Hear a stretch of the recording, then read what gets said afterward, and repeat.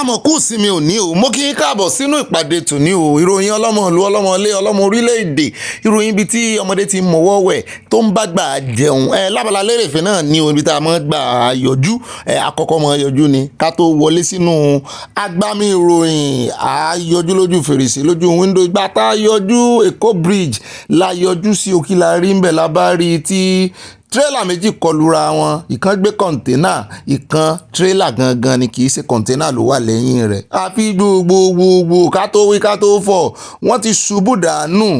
ìgbà tá a fi wò rárá èèyàn méjì ló mọ̀ bá lọ, ìkan nínú tírọ̀kì funfun tí wọ́n kọlura wọn àgbàlagbà wọn ní sàn kan náà ló bá lọ. ẹlẹ́ẹ̀kejì kọ̀ǹténà ló yílù lórí, ó sì jẹ́ dispatch rider, àwọn tí wọ́n mọ̀ wá tátá púpù yín ọ̀kadà tí wọ́n máa ń pè ràn níṣẹ́ pé wá bá a fi nǹkan ìránṣẹ́ bá wa ra nǹkan tán mọ́ bí dispatch rider náà ni wọ́n ní kọ́ńténà yìí lù lórí wọn méjèèjì ló sàkú nínú ìṣẹ̀lẹ̀ yìí mo ní eléyìí ní agbára o láàárọ̀ Sunday.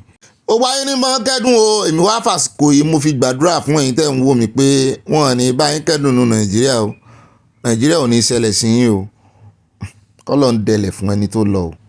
nígbà yẹn adé ọ̀dọ̀ arákùnrin ìkànnà ọmọ Nàìjíríà ìkànnà ọmọ yúùtù nù lẹ́yìn tí àǹtí Kingibe tán sọ̀rọ̀ sí àwọn yúùtù lẹ́nu ọjọ́ mẹ́ta pé wọ́n kàn mọ́ ráhùn ni wọ́n mọ́ complain ju lamentation wọ́n ti pọ̀ jù pé ó yẹ kí wọ́n gbègbèsẹ̀ nìkan nù wọ́n bá gbègbèsẹ̀ ló bá kọ lẹ́tà dání ló bá gba ilé ìgbìmọ̀ asòfin lọ ní Senate ní Red Chamber ló bá débẹ̀ ní bàbá àǹtí Ìrètí ló bá ṣe fídíò ìpè ń bá ààrẹ àǹtí Ìrètí ẹ sọ fún wọn wípé àwọn yúùtù Nàìjíríà ti pinnu pé àwọn ò ní lámẹ́ǹtì mọ́, àwọn ò sì rẹ́dì láti mọ bẹ́ẹ̀ bú mọ́ fẹ́ mọ́ gbégbèsẹ̀.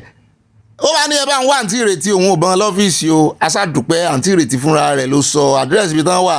lọ́rọ̀ kan wọ́n sá ti ṣe pẹ̀kínpẹ̀kì wọ́n mójú ajé kò ní sọ ẹjẹ́ àgbọ́ bí discussion sí lọ láàrin wọn.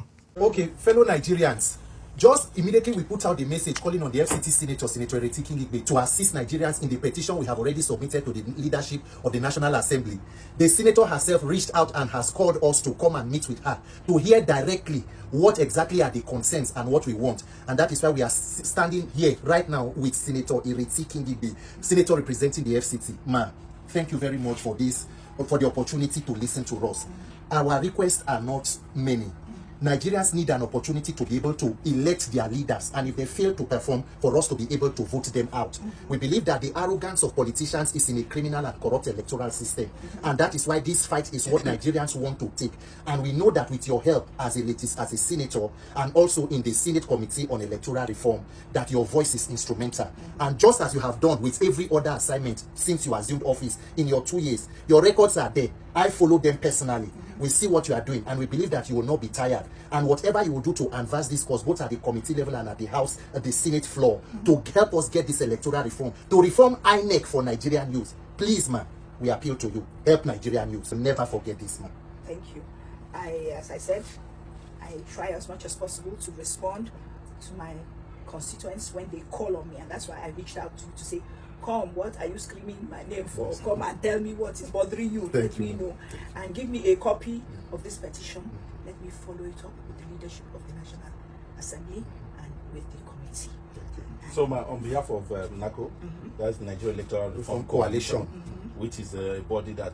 ó dá òun náà la rí yìí o, náà lẹ́yìn náà ti rí yìí o, wọ́n níbi awilade ọ̀rọ̀ bú ṣe action ló kú báyìí wọ́n ní kẹ́ẹ̀kan mọ́ pariwo lórí ẹ̀rọ ayélujára mọ́ ẹ mọ́ gbégbèsẹ̀ ń pariwo nípa àwọn asòfin yín àwọn amòfin wọ́n ní ẹ gbégbèsẹ̀ wà bá wọn kọ petition dání bẹ́ẹ̀ bá ti kọ petition dání àwọn wà ń lé fún yín ṣùgbọ́n Ọlọ́run ó jẹ́ kí kán gba petition lọ́wọ́ àti Kingibe o nítorí wípé sàn gan lẹ́nu ọ̀rọ̀ ní ilé ìgbìmọ̀ asòfin sàn ní south wọn dáhùn sàn ní nìkan gbẹnu dákẹ́ kan jókòó bó ṣe ṣe fún Natasha tán fi sọ̀rọ̀ ẹ já mọ́ wo bí tán bá dé ká mọ́ wo action. wọ́n ti challenge àwọn yúùtù Nàìjíríà yúùtù sì ti bẹ̀rẹ̀ sí gbé gbèsè yóò ti ẹ̀dá tán bá bẹ̀rẹ̀ sí competition lòdì sí àwọn tí ò bá ṣe dáadáa nú àwọn politician kán mọ̀ pé wọ́n padà kán mọ̀ kọ́ọ̀lù wọn kán bẹ̀rẹ̀ nílé ìgbìmọ̀ asòfin àmọ́ ò bóyá àwọn akẹgbẹ́ wọ́n jẹ́ kí petition yìí kó ráyè skate through.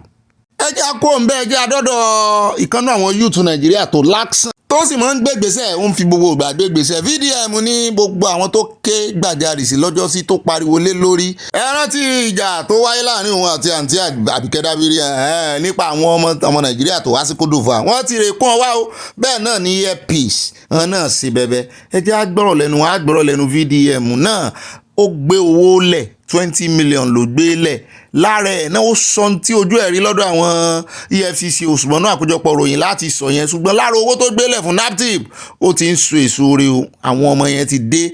EFCC náà gbìyànjú wọ́n kó àwọn ọmọ yẹn wá lọ́fẹ̀ẹ́ lẹ́yìn tí Vedakman gbé 20 million lẹ̀. Let's go to good thing that the ladies are bad from Ivory Coast. So I'll just go straight to the point. The problem is the borders are porous. The borders are porous, the immigration are not doing too much. They waste their time with bag of rice that is coming into Nigeria and contraband goods, we have more problems because of the porousness of the border. ní pàjáwìrì ló náà sáré débì ó ló ń gbé urgent flight ni ó náà ló sì ń sọ ẹ ó ní bọ́dà náà wà porous ìbògiri ò lanu aláǹgbá ò lè ráyè wọbẹ̀ ọ̀gá àmì kan náà sọ nínú ìròyìn tá a mú wá lánàá fún yín ó ní bọ́dà wà porous wọ́n ti sí bọ́dà míì lẹ́ báyìí ẹ gbọ́ kí ni kan ṣe sí ọ̀rọ̀ bọ́dà ẹ gbọ́ nínú ìròyìn lónìí o àwọn tí wọ́n mójútó bọ́dà náà àwọn immigration àwọn custom àwọn náà ń lálàsì àwọn náà ń pariwo wọ́n ní kí odidi bọ́dà wọ́n ní sẹ̀mẹ̀ bọ́dà jẹ́ ìkànnà àwọn bọ́dà tó tóbi jù tó sì lágbára jù ní Nàìjíríà wọ́n ní kó wá mọ̀ ní scanner wọ́n ní mélòó náà wọ́n fẹ́ wò nú àwọn ẹrù àwọn fàyàwọ́ ní ìsìn tán ti wá ń gbé àwọn èèyàn fàyàwọ́ tí ì ṣe ẹrù nìkan tí ì ṣe ráìsì nìkan náà ń gbé wọlé ní fàyàwọ́ kì í ṣe mọ́tò nìkan wọ́n ti ń gbé àwọn èèyàn aṣàdùpẹ́ àwọn tán sì fàyàwọ́ jáde ìyẹn àwọn ọmọ yìí tó wà stranded tán fi fàyàwọ́ tán fi gbé jáde àdúpẹ́ aya kọ́yán fi wọlé padà yìí o wọ́n fi plane wọlé ni ẹ̀ẹ̀kan ọmọ náà kan wá bọ́n sọ̀rọ̀ gidi kan rehabilitate wọ́n á fẹ́ gbọ́ pé wọ́n tún padà sídìí èbí wọn mọ́ o.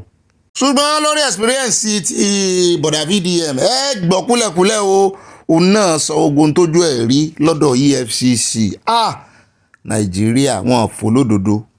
ó dá àwọn ẹja kó ń bẹ́ ẹja dé inú fídíò yìí ọ̀pọ̀lọpọ̀ yín lẹ ti rí láti bí ìjẹta sí jẹrin ló ti ń fò kiri arábìnrin kan tóun àtọkọ rẹ̀ wálé láti ìlú èbó láti Germany ọmọ Ghana lọkọ rẹ̀ ṣùgbọ́n kò dé Nàìjíríà rí ó sì sọ ó lóye ìyàwó mi ń so ẹja jọ lọ kárè ìsọlídé òun ti ẹ̀fẹ̀ débẹ̀ nígbà tóun wà ní Ghana gan òun ò dé Nàìjíríà ṣùgbọ́n ní ìsìn òun lè lọ anywhere àwọn dé wọ́n ní náà bá ṣe stop and search náà bá pàdé àwọn ọlọ́pàá lọ́nà náà ọlọ́pàá bá sì náà dúró hàn sí obey òun sì sọ fún wípé ṣe nọ́mà ọmọ bá jiyàn o wọ́n wo ogun ẹrù àwọn wọ́n wọnú mọ́tò wọn rí nǹkan kan. ó ní ṣùgbọ́n kọ̀pẹ́kọ̀pẹ́ ní ojú kan nu wọn ló bá ta kán ló bá rí ìkan nù àwọn aṣọ tí ọkọ òun tó dì sínú ẹrù tó wá jẹ́ ó ní kọ́lọ̀ aṣọ àmì wọ́n dì inú ẹrù ni kò wọ́ sára rẹ̀ o wọ́n dì inú ẹrù ó lóun sì ti kìlọ̀ fún pé kó má mú aṣọ ìdánilásọ náà lẹ̀ ń wò inú ẹrù ló wà náà bá sọ di wàhálà pé ṣé ìwọ jẹ́ àmì kí ló fẹ́ wá fi aṣọ iṣẹ́ Nàìjíríà ọ̀rọ̀ ní sóun wọ̀ ni òun ò wọ bóun bá rà dání fún iye kan òun àbí fámìlì ẹ̀yàwó òun kọ́ tó jẹ́ àmì òun ò sáwọ̀ kí ni wàhálà yín wọ́n ní náà bá seclude ẹ̀ sápá kan pé kó ká lọ kó tẹ̀ láwọn níyàwó bá yarí pé ń bo àjèjì ni kò débí ìrí òun lọ́mọ Nàìjíríà bó ń tẹ́ bá ṣe ẹsẹ̀ ń ṣe jù òun ó ní àsẹ̀yìnwá bọ̀ ibi tó ti ń mú un lọ lọkọ òun sàn láàgùn ibi tí ń láàgùn ló bá pe ọmọ àwọn wípé jọ fún mi ní tissue paper toilet roll làwọn pè nígbà tí ó sì fi mọ́ nu àgùn rẹ̀ ó ní náà bá kì lọ́rùn ọlọ́pàá méjì náà bá kì lọ́rùn nǹkan kan fẹ́ gba sórí ìgbọ́ mo ní nígbà tí mo sì ti mo gba anticident àwọn ọlọ́pàá iná mo ní kí láwà ti ṣe sí ọ̀rọ̀ wọn náà kì í yàtọ̀ sí irú rẹ̀ wọ́n máa ń harass àwọn èèyàn ni ṣùgbọ́n àwòwò adájọ́ ẹ mọ̀ pé àmọ́ fààyè even gan kó tiẹ̀ ká mọ̀ pé ọ̀daràn ni á fààyè lẹ́ka gbọ́ tẹnu rẹ̀ àti ìgbọ́ látẹnu àwọn ọlọ́pàá o a sì tí mọ̀ bóyá ó ti dọ́dọ̀ ọ̀gá wọn náà ara sí arákùnrin wọn gbá lẹ́nu débi wípé ẹnu ẹ̀ bẹ́jẹ̀ níbi tó ti ń ti tissue paper ti fi ń nu ọrùn rẹ̀ ti fi ń nu àgùn wọ́n sì ń tì í bọ̀ lẹ́nu bí ẹni wípé wọ́n fẹ́ fi yọ nǹkan kan lẹ́nu rẹ̀ wọ́n wá ń pariwo oògùn olóró oògùn bí ẹni pé ó fẹ́ swallow nǹkan kan bí ẹni pé ó ní ẹbọ lẹ́rù lòun wá ń wò pé kí ni gbogbo eléyìí wọ Ọlọ́run ló wá ń lálàsì pé ṣẹ́ṣẹ́ bẹ́ẹ̀ ṣe máa ń ṣe rè Nàìjíríà àwọn òsì fẹ́ wálé o mo ní ọlọ́run ní jẹ́ kí nàìjíríà sáàpùn sí ọ sáàmọ̀ dúpẹ́ lọ́wọ́ ọlọ́run pé okú rẹ̀ kọ́ ló gbé jáde ń bẹ̀rùn. àwọn ará bíi bí ánímà náà mọ̀ sí mọ́ tírìtì èèyàn bí ánímà ni o ọlọ́run ṣàánú wa o. Any shade with one black man. A Ghanaian man who visited Nigeria for the first time. He was beaten up, interrogated. Look at his face. Look at his face. Ẹ ti rí àwọn tẹ́nàntì míì olórí burúkú ni wọ́n.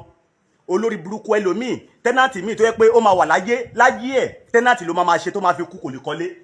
Ẹ wo léyìí nísìnyí, this is a 4-bedroom flat yo, all round POP. Tí wèrè olórí burúkú ọmọ yahoo kọ́ gbà wèrè ọmọ yahoo tí mo gbélé fún ẹni 800,000.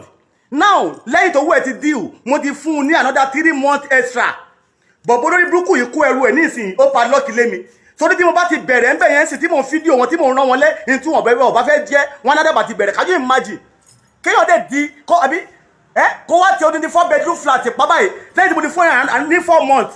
Ta ni ó parí ìjà tẹ́nàntì àti láńlọ́ọ̀dù lẹ́kọ̀ọ́ báyìí o wàhálà so n ta fi ń kìlọ̀ fún yín náà rè ẹ̀yin tẹ́ ẹ̀yin láńlọ́ọ̀dù ẹ gbélé fún yíbò torí owó tí ó san wọ́n lè sanwó ọdún 5 lẹ̀ ẹ gbélé fún ọmọ yahoo yahoo tó jẹ́ wípé bẹ́ẹ̀ bá ti gbélé fún wọn wọ́n máa disfigure lẹ́yìn ni kò sí wọ́n máa ń upgrade ilé tiẹ̀ ní bíi mọ́tò ẹ lè mọ́ ráyè wọnú ọgbà yín for the space of ìgbà tẹ́ fi fún wọn lé torí wọ́n tún dá wọ́n fọ́lẹ̀ ẹ̀bẹ̀ wọ́n rí nǹkan mọ́lẹ̀ ojoojúmọ́ ó lè jọ sọ́ọ̀sẹ̀ náà mọ̀ fi pẹran bẹ̀ ó ti ẹ̀dùpẹ́ kó kẹ́rù rẹ̀ kó tó san padlock mọ́ ebi kẹ́nu kẹ́ ẹ já padlock ni àkójúmọ́ náà lọ mo ní ìdí èpè ẹnu kẹ́ ẹ já padlock ni sí ò sá gbé ilẹ̀kùn dání sí ò sá já window ṣe rí ọ̀rọ̀ landlord àti kínní Sanwó-Olú ti lóhùn ó bọ̀n dá sí ṣùgbọ́n Sanwó-Olú ti fẹ́ẹ́ ṣèjọba tán kí ló fẹ́ẹ́ dá sí nígbà tó jẹ́ pé ilé táwọn ìjọba gan kọ́ bó ṣe wù wọ́n náà ṣe ń ṣe àwọn èèyàn tán ń gbélé fún ṣé àwọn náà wà dá sí ọ̀rọ̀ ẹni tán bá kọ́lé ẹ má jẹ́ kíjọba tàn yín o láńlọ́ọ̀dù láńlọ́ọ̀dù Èkó àtàwọn ẹjẹǹtì wọn wo agbára pọ̀ fún wọn. Total package is just 1.8 million. Ẹnu ẹ gbọ́rọ̀ tẹ̀sán kẹfì rún mú náà kẹ gbọ́rọ̀ tẹ̀sán náà. Ṣó make sense? Ẹ sọ pé total package is just 1.8 million naira. Ṣó easy lẹ́yìn ṣì ń gbélé family house. Ẹ̀yin ẹjẹǹtì yẹn ti ń ya wèrè. Ṣó easy lẹ́yìn gbélé family house. Tẹ́lẹ̀ sọ fún mi pé kí mi wá sọ total package 1.8 million naira. Kí ló dé? Tó jẹ́ rent jẹ́ 1.1. Ibo ní 700,000 tó kù lọ. Ẹ̀yin lẹ̀ kí ní káwọn landlord ní tenant nílé. Kí ló ṣẹlẹ̀ náà? Kí ló ṣẹlẹ̀ ẹ wá sọ pé just 1.8 million ní total package ẹ̀yin jẹ́ ìgbé family house ẹ̀yin ò ṣe kọ́ lè tí 1.8 bá jẹ́ just. Before you calm down now. Why when you wèrè gan which one be calm down which one be calm down which one be calm down báyìí dá fún ẹ lọ́wọ́ ẹ̀. kódà ẹjẹ́ kó ń fẹ́ jẹ́ àdọ́dọ̀ bàbá wa bàbá dáadáa ìbílẹ̀ ni wọ́n oníṣẹ̀ṣe ni wọ́n èèyàn kan ló wá sẹ́ndì fọ́nrán ìsinmi mo wá ní mo wá wo fọ́nrán dáadáa mo study ẹ̀ dáadáa mo wá rí wípé àwọn òyìnbó ni wọ́n wẹ́kọ̀mù bàbá yìí mo wá ń wò pé ẹnu ọjọ́ mẹ́ta ìwọ́n joyè póòpù tá à ń rò pé bóyá wọ́n fi ọmọ adúláwọ̀ ọmọ dúdú jẹ́ kò tiẹ̀ kan ọmọ dúdú rárá débi pé wọ́n fi ṣe igbákejì wọ́n tiẹ̀ ní ò lè kan dúdú àwọn kan ló ti kan dúdú. mo wá wò wípé àwọn èèbó ìnáànà wà ń pò gíga ẹlẹ́sìn méjèèjì àti kìrìsìtẹ́nì àti ti mùsùlùmí àwọn èèbó náà ní funfun sá kásá ní funfun wọ́n funfun ni ṣùgbọ́n dúdú náà wá ara yẹ wò bọ́n ṣe dúdú táwa ò pọ́nlé àwa dúdú fúnra wa tá a pọ́nlé ẹwà pọ́nlé tán èèbó wa ń fún.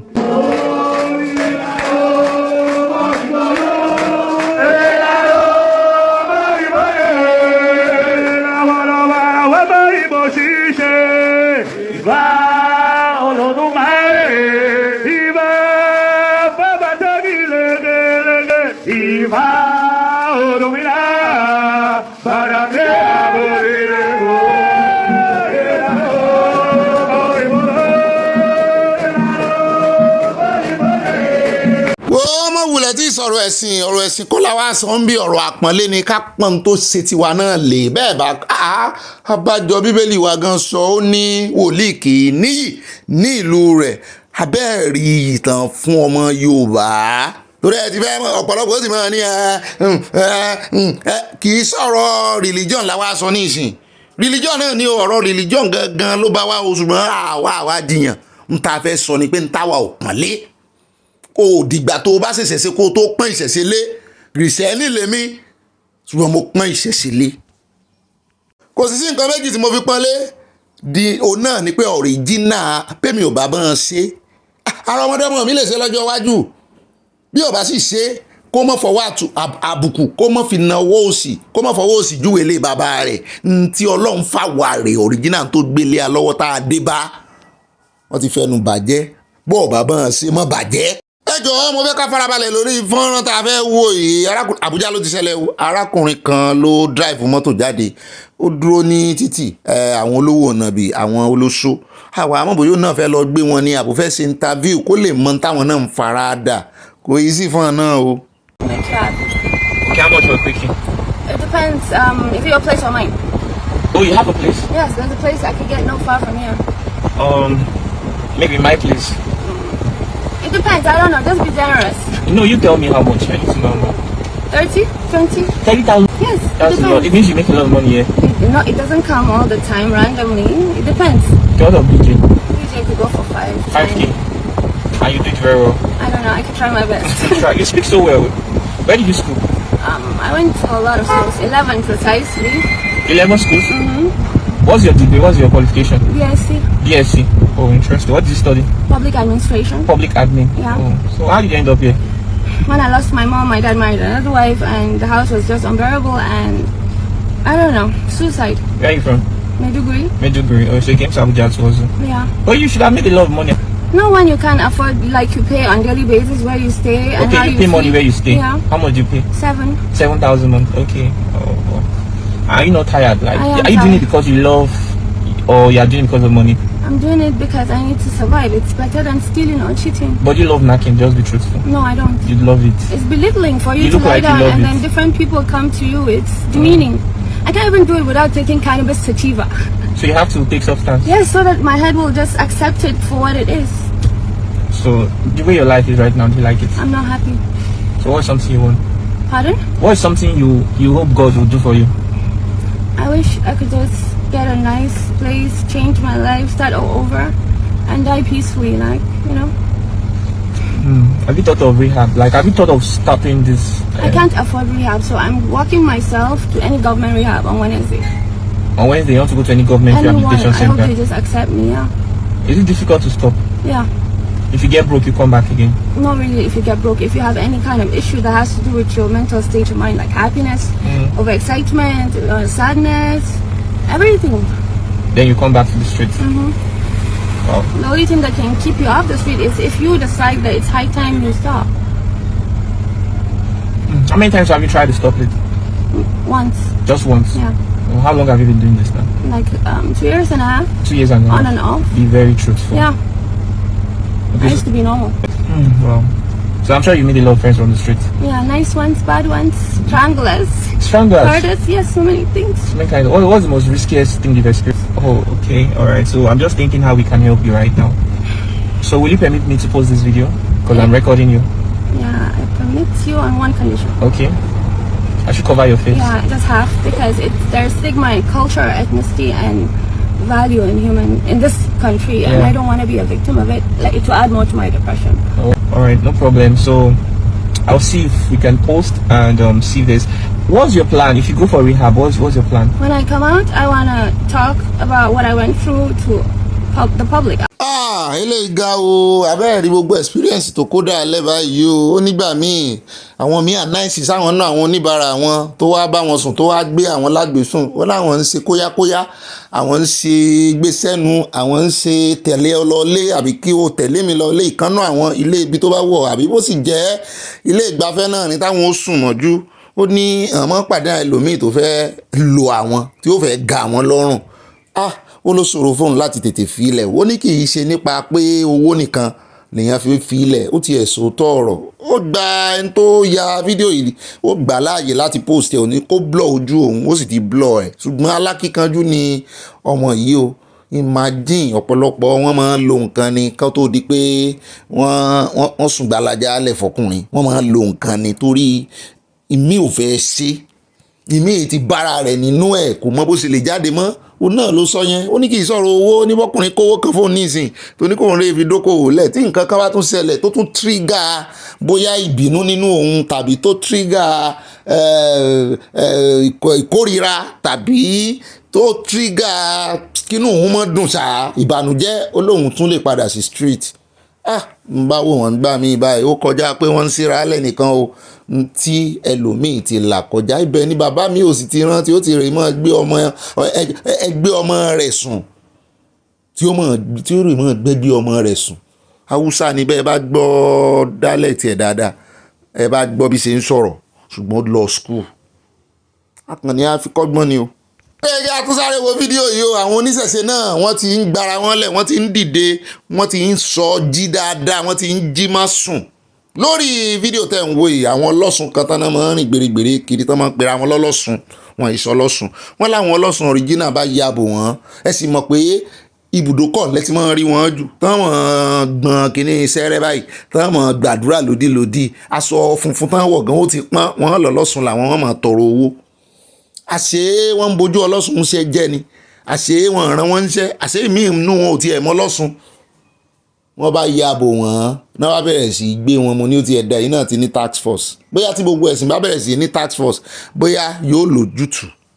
ẹjẹ́ kúrò lọ́dọ̀ àwọn ọlọ́sùn ẹjẹ́ àdọ́dọ̀ mọ̀mọ́ yìí mùsùlùmí ni wọ́n borí wọ́n sà ń pariwo náà ní ìyá mi àbí akínṣemọ́yìn àwọn náà sẹ́ǹdì fídíò ìsinmi pé bọ́bí ìṣó lè lò mo ní wọ́n lò wọ́n ní mọ̀mọ́ sà ń wá olùrànlọ́wọ́ tí ó ràn wọ́n mẹ́kà mo ní mọ̀mọ́ ti dàgbà kí mọ̀mọ́ fẹ́ lọ sí mẹ́kà wọ́n sàlẹ̀ mẹ́kà ń wo àwọn lọ làwọn aráalé wọn náà ń sọ̀rọ̀ lábẹ́ fóònù wípé ọdọọdún bí mọ̀mọ́ ṣe máa kéré o wípé àwọn òré èèyàn rán èèyàn lọ mẹ́kà wọn ti ẹ̀fẹ̀ dé Saudi àwọn fẹ́ jùkò lu àṣetọ́ọ̀nì àwọn náà fẹ́ rí bí mọ́kà ṣe rí mo ní ẹjẹ́ ń lò náà àwọn ò wá tọrọ owó fún on behalf of mọ̀mọ́ o ṣùgbọ́n ó wu mọ̀mọ́ lọ́kàn ni.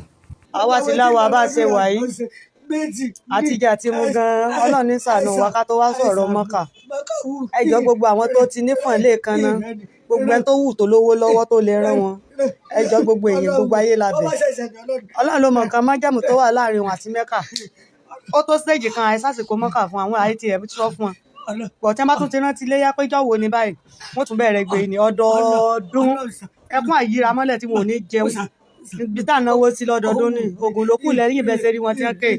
lóòótọ́ àwọn kan ń sọ̀rọ̀ wọ́n ní bóyá mọ̀mọ́ ga mọ̀mọ́ síwájú máìkì ni àbí iwájú kámẹ́rà wọ́n ní kí ni gbogbo eléyìí pé mọ̀mọ́ ò béèrè owó tán fi jẹ wọn béèrè mo ní n tó bá mọ̀ wùyàn ń gbà mí ẹ mọ̀ bóyá kékeré ni mọ̀mọ́ ti ń dírìmù mẹ́kà ẹ mọ̀ bù mọ̀mọ́ tó tán fẹ́nu o ń bá sì lágbára rẹ̀ mo sì mọ̀ pé àwọn kan ní ìdí ẹ̀sìn a mọ̀ wọ́n dáadáa tí fọ́nrán ìbá dọ́dọ̀ wọn wọ́n gbẹ̀sìn lárugẹ lára mọ̀mọ́ ṣùgbọ́n ibi tí ẹ̀sìn bá wa dé náà nù o ibi tó bá wa dé nù o n tèmi fẹ́ sọnù. òdo ọjọ́ tá a bá rí àwọn ọmọ mẹ́kà náà ọmọ aráàbù ọmọ lárúbáwá tàbí láti Jerusalem tán náà níṣẹ́ tán náà ń ké tán òbí wọn náà ń ké pé fẹ́ dé Ọ̀ṣun Òṣogbo fẹ́ rè yóò ṣẹlẹ̀ bẹ́ẹ̀ lọ́jọ́ kan.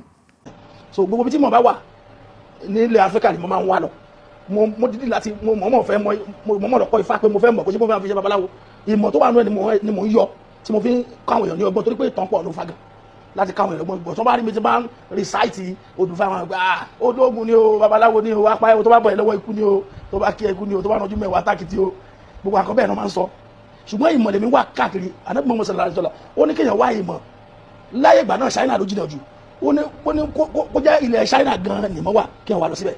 So I believe in exploring all avenues till they extract wisdom. You understand? Because ìmọ̀ dà gan, ìmọ̀ máa ń jẹ́ káwọn èèyàn máa pín yàn lé. Tó bá nínú owó àti ìmọ̀ ìwé ni mo fẹ́ ìmọ̀ ni máa mú. Torí pé tó lówó lọ́wọ́ tó bá yẹ owó ẹ̀ máa tán pẹ̀lágọ̀. Onímọ̀ yẹn àwọn èèyàn máa wá díẹ̀ tó bá yá ìmọ̀ yẹn padà dówó wọn máa rà mọ̀ yẹn lọ́wọ́ ẹ̀ ni. ó ti ẹ̀sọ́ orúkọ náà pè yín ẹni tó bá wẹnu lẹ́nu ló lè fẹnu ẹ̀ sọ ṣùgbọ́n nínú ọ̀rọ̀ yín nínú orin yín àwa mọ̀ pé ẹ ní ìmọ̀ yẹn ẹ wá ẹ sì rí Ọlọ́run ò sì ní ba làákàyè yín jẹ́ kò ní ba ìmọ̀ yín jẹ́. tẹ́lẹ̀ tó wà sókun yín ẹ mọ̀ wọ́n tó ṣe alẹ́ ẹ mọ̀ bí lẹ́ẹ̀dì sórí ọyàn wù ú ṣe yín lóore ẹ lóluwọ̀ òfẹ́ olúwàfẹ́ ẹ̀kọ́ òdì ní olúwọ̀fẹ́ pé olóyìn òdẹ̀gbẹ́ kàkà máa wò olúwàfẹ́ inú àwọn angẹ́lì gan dùn sí. I'm telling you the truth. Ọtí ìkù ní ìgbọ̀gbọ̀. Ẹni tó wọ́ ò lè padà owó lé ọ. Am I talking to someone?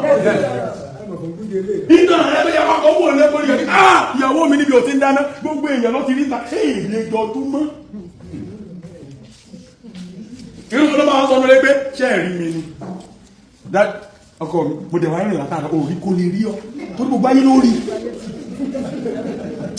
púpọ̀ ní oyin bí ẹ̀dẹ̀ dáàtì dé tẹ́ ẹ bá wà lé ẹ̀rọ ọ̀rọ̀ lẹ́ wo gbogbo rẹ̀ yóò jẹ gbẹgbẹgbẹ bọ̀tẹ́ bá lọ pàtí lẹ́ pọ̀mpù ọ̀yàn ta èso gbélé yìí ni.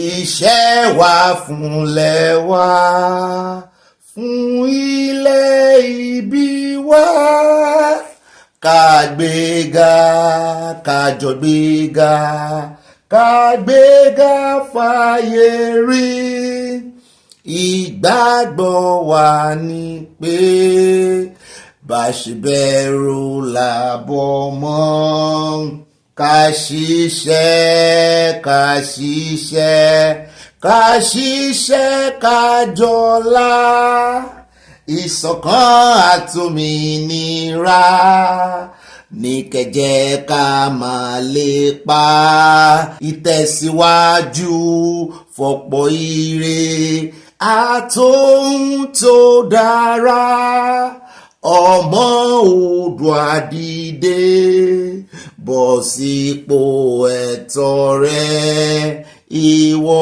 ni àtèmi ni ìwọ ni èmi ni àwa ni ìmọ́lẹ̀ ògo adúláwọ̀. Kí la tún fẹ́ sọ pẹ̀lú orin iṣẹ́ wà fúnlẹ̀ wa fún ilẹ̀ ìbí wa ibi tá a bí wa sí tá a forírun wa sí nígbà tí ẹ̀jẹ̀ kọ́kọ́ jáde omi ló kọ́kọ́ jáde orí ilẹ̀ wa ló ibi tó bọ́ọ̀sì sí lára àwọn ọmọ wa ẹ̀jẹ̀ náà àtọmọ wa jáde ìbí iná bí wa sí orí ilẹ̀ Yorùbá fún ilẹ̀ ìbí wa wọ́n ní kájọ gbéga fàyè rí ìgbàgbọ́ wa ní pé bá a ṣe bí ẹrú la bọ́mọ túmọ̀ ẹni pé àìyéètì àkórìíra ẹnìkankan àti Ìgbò àti Yorùbá àti Ìgbò àti Haúsá àti Fúlàní àtẹni tí ò tiẹ̀ lédè àkórìíra àtẹrú tóra àgbàgbọ́ wípé bá a ṣe bí ẹrú la bọ́mọ torí ẹ̀ lẹ́sẹ̀ rí tí Yorùbá yìí pààyàn kiri a nígbàgbọ́ pé bá a ṣe bí àwa ọmọ náà la bí ẹrú àìfìyà jẹ èèyàn bá wọn àìgbàlẹ̀ ńlẹ̀ àìlọ sí orí ilẹ̀ ńlẹ̀ tẹ́rítì onítẹ́rítì kárí mọ́ tọ́jà àgbàgbọ́ pé bá a ṣe bí ẹrú la bọ́ wọn kájọ wá ṣiṣẹ́ ṣẹ́ náà làwà fẹ́ fi ìṣọ̀kan ṣe nítorí stanza 3 tí mo fẹ́ràn jù ó ní ìṣọ̀kan àtòmìnira ìṣọ̀kan kò pé méjì ìṣọ̀kan kò ṣe dárúkọ nǹkan míì síbẹ̀ ó ti mọ̀ bá àní ṣọ̀kan ni ó ti mọ̀ kálá ní ni kò ní dárúkọ ìṣọ̀kan bẹ́ẹ̀ kò ní dárúkọ unity ìtumọ̀ ẹ̀ nìyẹn ó ní ẹ jẹ́ ká fi ìṣọ̀kan pẹ̀lú òmìnira ni ká máa lépa ṣé ń lépa ìṣọ̀kan àbẹ́yìn ń dàrú ọ̀nà wo lẹ fi ń dàrú ẹ̀yin oní kọ́mẹ́ǹtì sọnù ó síbi tẹ́ ẹ̀ ní kọ́ kọ́mẹ́ǹtì yín dé ride on we love you ó ṣe bó ṣe ń ṣeun ó bó ṣe kí ló dènà wọ́n yin àwa náà bí i ṣùgbọ́n àwọn tí wá mọ̀ wọ́n yìí wọ́n ti ẹ̀ sọ fún ọ ní mọ́ dà sí kìíní o ó sì wá jẹ́ táìmù yìí ó sì jẹ́ táìmù yìí a sì ń sọ fún wọn ẹ ṣe pẹ̀lẹ́ ẹ ní sùúrù wọ́n ká gidi borí túlétúlé tọ́ bòkú lójú kò sí ń tàn tútán àáwò bí tẹ́ ẹ bàdà àáwò bí tẹ́ ẹ bàjá ká ní ẹ́nájì tẹ́ fi ń ṣe kìíní lẹ́ fi gbé ọ̀rọ̀ Yorùbá lẹ́ fi gbé ọ̀rọ̀ ṣọ̀kan àti òmìnira sórí ni ìbá dáa ká ní ẹ́nájì tẹ́ fi ní ọba kan ló ní supremacy ọba kan ò ní lẹ́ fi gbé ọ̀rọ̀ Yorùbá pé Yorùbá ní supremacy ju ìran yòókù tó fẹ́ mọ̀ dà wá láàmú lọ kankan náà àbí pé a ní supremacy ju ìran tó fẹ́ mọ̀ dà wá láàmú lọ nǹkan kan tẹ́mi kan rí ń bẹ̀ ni wípé àwọn kan ti ń jàjà ṣé bá wa gba Yorùbá nation ṣé àbá ṣe mọ̀ jàre bá ṣe mọ̀ ṣe kinní rèé torí ẹ̀ la ṣe ń pe ìpè kí gbogbo wa pèpè fún ìṣọ̀kan báyìí ká ní òmìnira náà ká lé ẹlẹ́yọrọ lọ́nà ká tó wá fàbọ̀ ládìyẹ ṣe rí èmi ò sọ pé kò ní í síjà o ẹ ń bá èmi ò sínú àwọn tí ó mọ̀ tàn yẹn bẹ́ẹ̀ àfìsọ̀kan sí irọ́ ni kì í ṣe ìṣe Yorùbá nìkan ni òní ṣọ̀kan ṣùgbọ́n kàn jẹ́ wípé Yorùbá inú jìnnì jẹra ẹni lẹ́sẹ̀ pọ̀ fún Yorùbá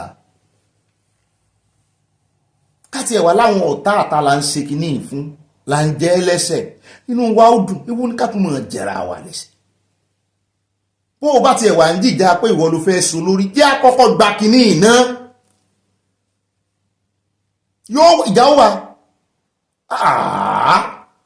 ẹ ń bá ń tanra àwọn ẹni òsín náà tí ó mọ̀ tàn yàn pé kò ní síjà ìjà ó wà dáadáa láàrin Yorùbá forever and never níjà ó mọ̀ wà torí ẹ̀ lọ́lọ́run fi fààyè restitution lẹ̀ nínú ilé gan lọ́kọláya ìjà ń wà tán jọ bí wọn fúnra wọn ọmọ gan wọn bínú sí bàbá bínú sọmọ bí sì máa wà nù wọ́n sì ṣe kí ni wọ́n parí ẹ̀ tó yẹ mo ṣe ní ẹjẹ́ ní belief system kò sí irú ìjà téèyàn fẹ́ jà kọ́kọ́ tayà gan kan jà kan dàrú kan láwọn ò fẹ́ra wọn mọ́ tọ́mọ bá wà láàrin wọn wọ́n máa padà connect látara àwọn ọmọ wọn bó ṣe yẹ ká mú ọ̀rọ̀ Yorùbá nìsan nìyẹn ká ríra wa gẹ́gẹ́ bí tọkọtaya tá a ti bímọ bí n bá bá ọjà tí wọ́n bá mi jà sọ̀rọ̀sọ̀rọ̀ ni wọ́n ní kọ́mẹ́ńtà ni wọ́n ní àbí nǹkan mìíràn ni wọ́n ń ṣe ẹ mọ́ gbàgbé àwọn tó sì ń ṣe iṣẹ́ ojúlówó tó ń ṣe iṣẹ́ akọ wọ́n wà ní gbogbo láwọn bọ́ìsì tó ń sọ tẹ́rítírì tó ń ṣe iṣẹ́ akọ gidi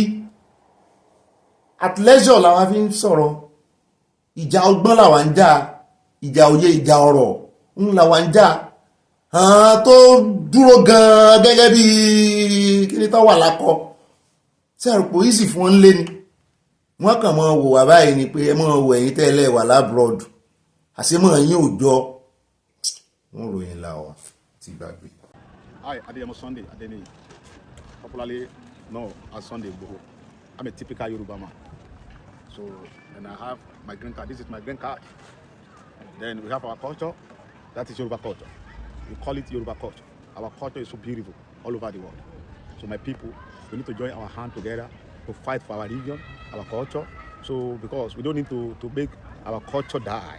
Our culture is very powerful culture all over the world. Very respectful culture. I'm in Germany right now. See, I'm around the Fegesack. We call this area Fegesack. See, beautiful, see, beautiful area in Germany. So my people, I'm begging you, we don't need to fight ourselves. We need to join our hand together to fight for our region, our culture. Very, very important. Love is powerful. We need to join our hand together. We don't need to fight ourselves. Please, I'm begging you, my sister, my brother, please, because I'm a particular Yoruba man. My language is very important to me. I'm not an English man. I'm a Yoruba man. So love is very important. Please, my people, I'm begging you. God bless you all over the world. ṣé wà fúnlẹ̀ wọ ibà ròyìn náà ní ibà gbọ́n lẹ́wọ̀ ẹ̀rọ ìrìnà ibà sáwọn olómi náà ní ibà kanjọ́ abẹ́ ń kó ibà rìn gínìgínì tí kúmi àti kú orin gínìgínì á lè ju nira wọn gínìgínì lónìí ni o nítorí gbogbo àwọn tó kàn fẹ́ mọ̀ dá wa fẹ́ dára wọn lágbòdànù kì í sáwa náà dà lágbòdànù kí ló dènà àwọn wá tẹ̀síwájú gbogbo Yorùbá ẹ̀yin kan tún bẹ̀rẹ̀ ẹ̀já bẹ́ẹ̀ bá ti ẹ̀já só yẹ kẹ́ ẹ gbé lórí ẹ̀rọ ayélujára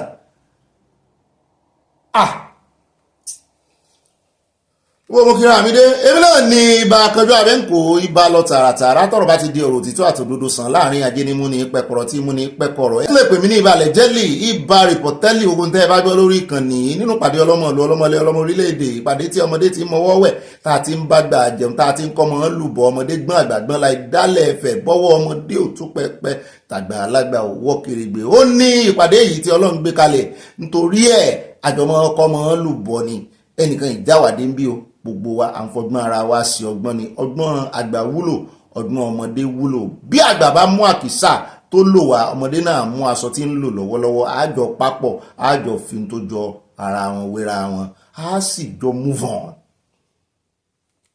torí ẹ̀ belief system ẹ mọ́ gbàgbé ló mú lọ́kọ láyà tán ti jà tán ti dàrú tán ti kúrò nílé ara wọn ṣùgbọ́n torí pé wọ́n bí ọmọ fún ara wọn ẹgbẹ́ ọ̀rọ̀ tí bàbá wa Kébé ń Kwara sọ lánàá wípé forever and never àyálò ni àǹtí Àbẹ̀ní jẹ́ sọkọ tán fẹ́ ní ìsìn pé ìyàwó àwọn ni ó tó ọ̀rọ̀ ni bó ṣe ká mú Yorùbá nìsan nù wípé bàbá ń jà bí ìkakùkọ elédè kan náà ni a ó sì wà dáa ní táìmù ìta rẹ Tinubu ń pariwo content local content made in Nigeria made in orílẹ̀-èdè gan is not made in Nigeria is made in British nígbà táwa wá orílẹ̀-èdè tó wá tá a fẹ́ wá orílẹ̀-èdè tó jẹ́ pé made out of Nigeria, made in Yoruba nation, in Yoruba land. Ara kọ́ńtẹ́ à ń bọ̀ ń bẹ̀ ọ̀rọ̀ pọ̀ ń bẹ̀ lónìí. Bẹ́ẹ̀ náà ni àwọn òtá inú àbùkù báyàn kankan àfìròyìn wa àfikọlù èèyàn kankan àfibàyàn lórúkọ jẹ́ àfi ń pàkíyèsí gbogbo wa sí ibi tó kù díẹ̀ káàtó ni wípé ẹjẹ́ àtúnbẹ̀ sí. Bàbá nínú kọ̀tọ̀kọ̀tọ̀ ń pàpà ẹni tó bá tabà kó mọ̀ fi ṣèbínú kó fi sòsù kó fi para. Àwọn wà ní báyàn lórúkọ jẹ́ nítorí pé à ń wá òmìnira. Kí ni ìtumọ̀ rẹ̀? Òun wó òmìnira, ó wá ń bá àyàn kan lórúkọ jẹ́ àbó ò ní sùúrù láti gbọ́ ti ẹnu apá kejì bó ṣe ń wá òmìnira kọ́ nìyẹn.